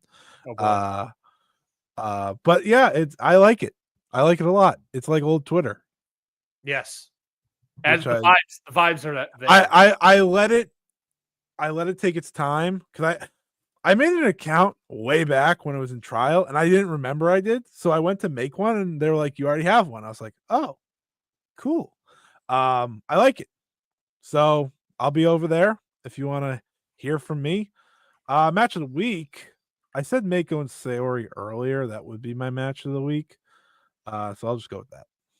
Really good. Really good. The best Saoriano performance I've seen. And you've watched her entire career up to this point, I believe, right? I've watched the majority of it. She is a different wrestler than her Stardom run. She has personality. She has fire to her in this match. Maybe it's just she's fighting Mako, but unreal performance by her and Mako's Mako.